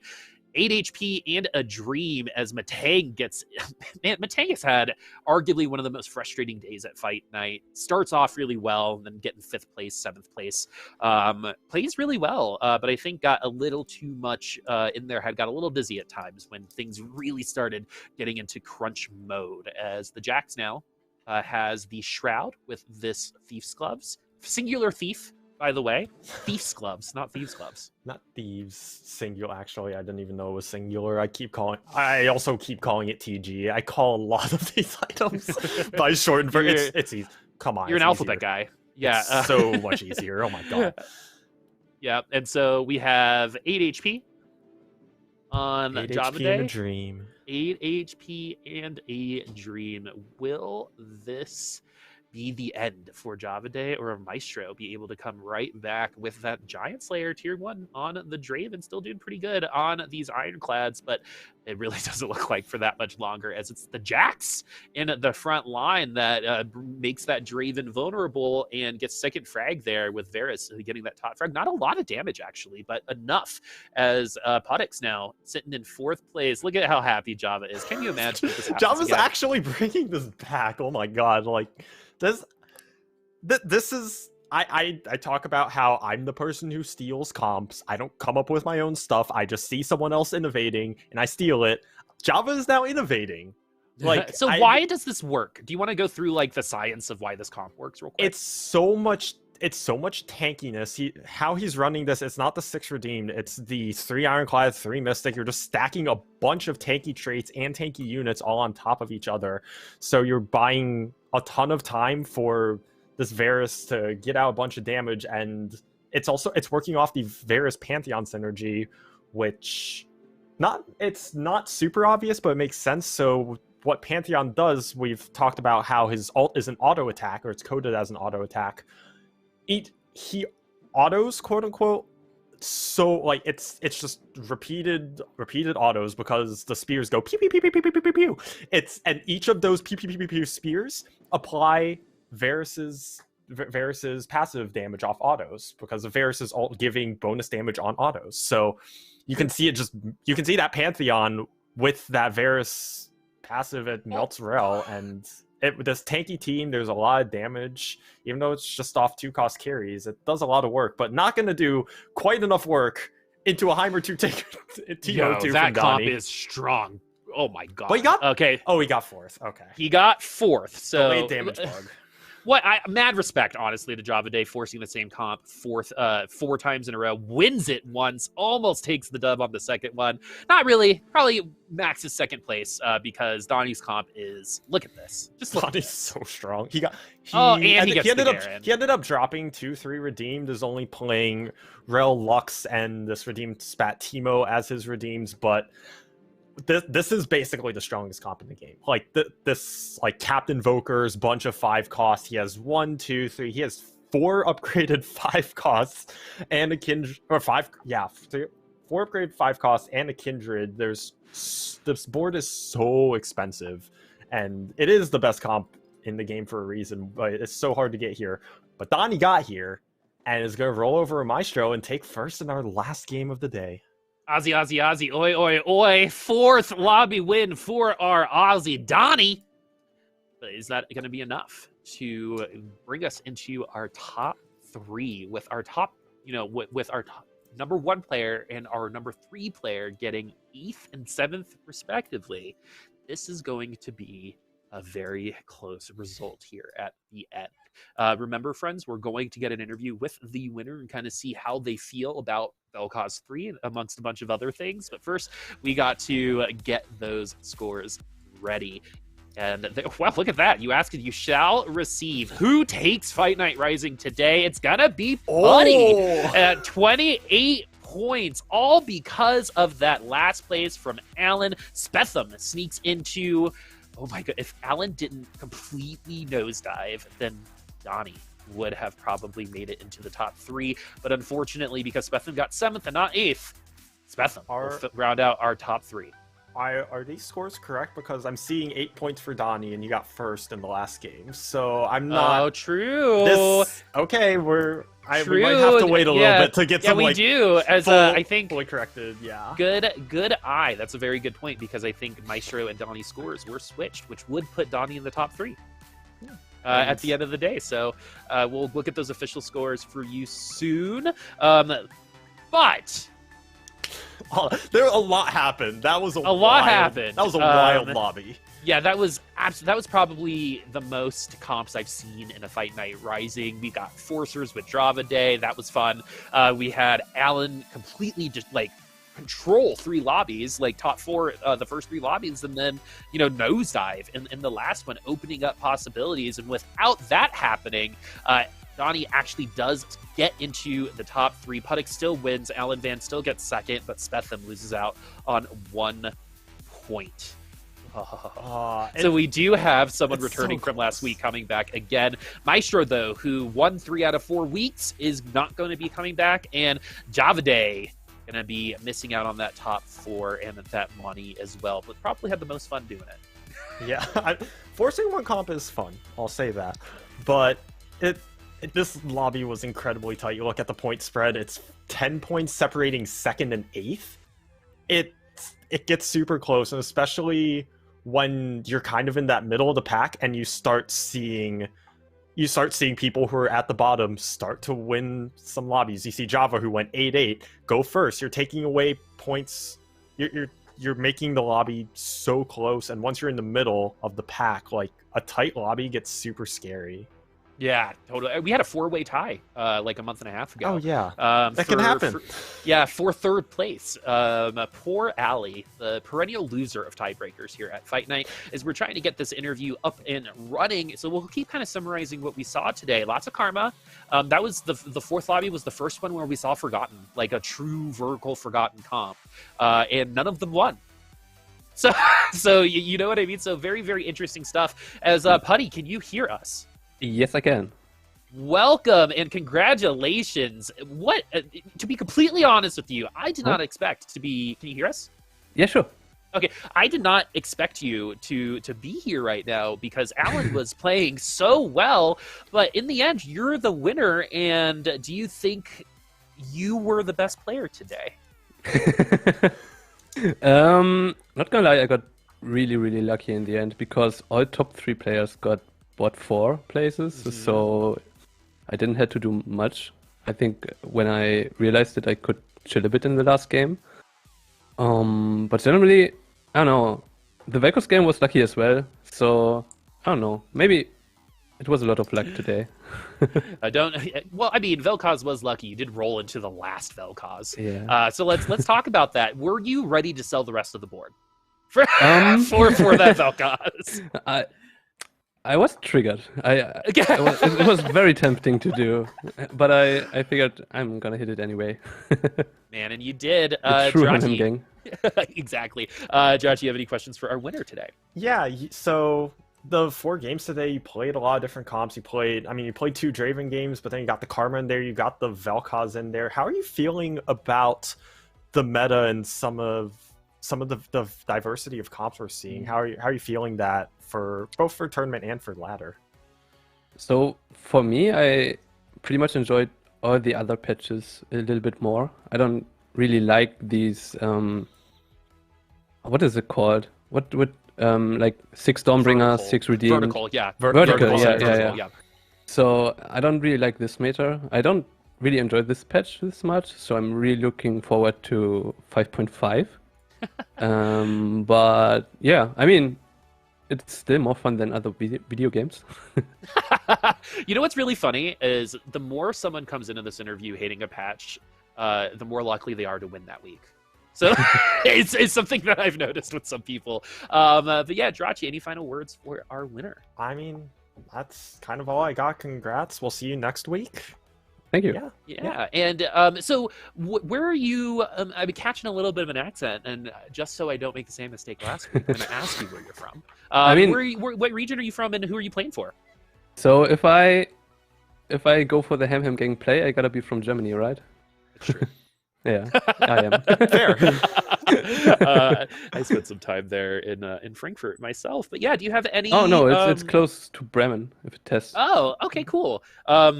I am wondering too if we want to spend some time with you on your stream or get to know you as a player a little bit more. What's the best way to kind of keep up with your career? You can check me out on Twitch probably. It's Puttyx, just like you can see on screen probably.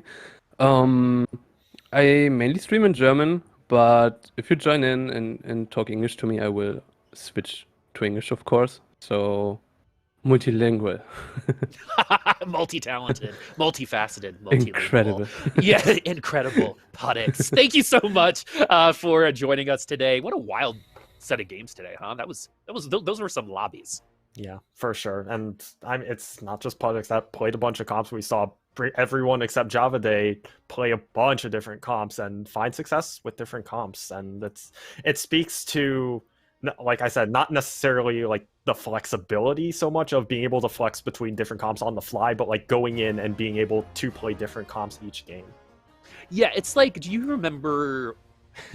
I'm going to give a lot of people some anxiety here in just a second. Do you remember proofs back in high school in geometry, where you had to like write down exactly why a mathematical equation would work? I haven't taken a math class in years, but anyway, yes, I remember those. I was awful at those, but I think like you can actually take that same concept and be like the way that you can look at it, right? You could take these different concepts or team comps and kind of write the science behind it. The more comps you can do that with, the more comps you can play. That's A leads to column B. So I think Puttyx is one of those players. Maestro usually is one of those players. Unfortunately, we did lose our kind of our longest lasting player so far, and that all resets outside of Donnie, who's here on the second week. But we're gonna go ahead and sign off because we got another TFT event. I think that's going to be coming up here pretty soon. But Jirachy, any final words for our friends here? It's your first time here at GiantSlayer. Hopefully you had a really good time. I had a blast casting with you. But any final words for our friends watching at home? I also had a blast. This was so much fun. I just appreciate having the opportunity to get more into casting, as I'm like going into grad school in the fall. I'm kind of getting out of being a super competitive player, but I really appreciate getting the chance to be on here, get some casting action in. Hopefully I can come back. I'd love to come back.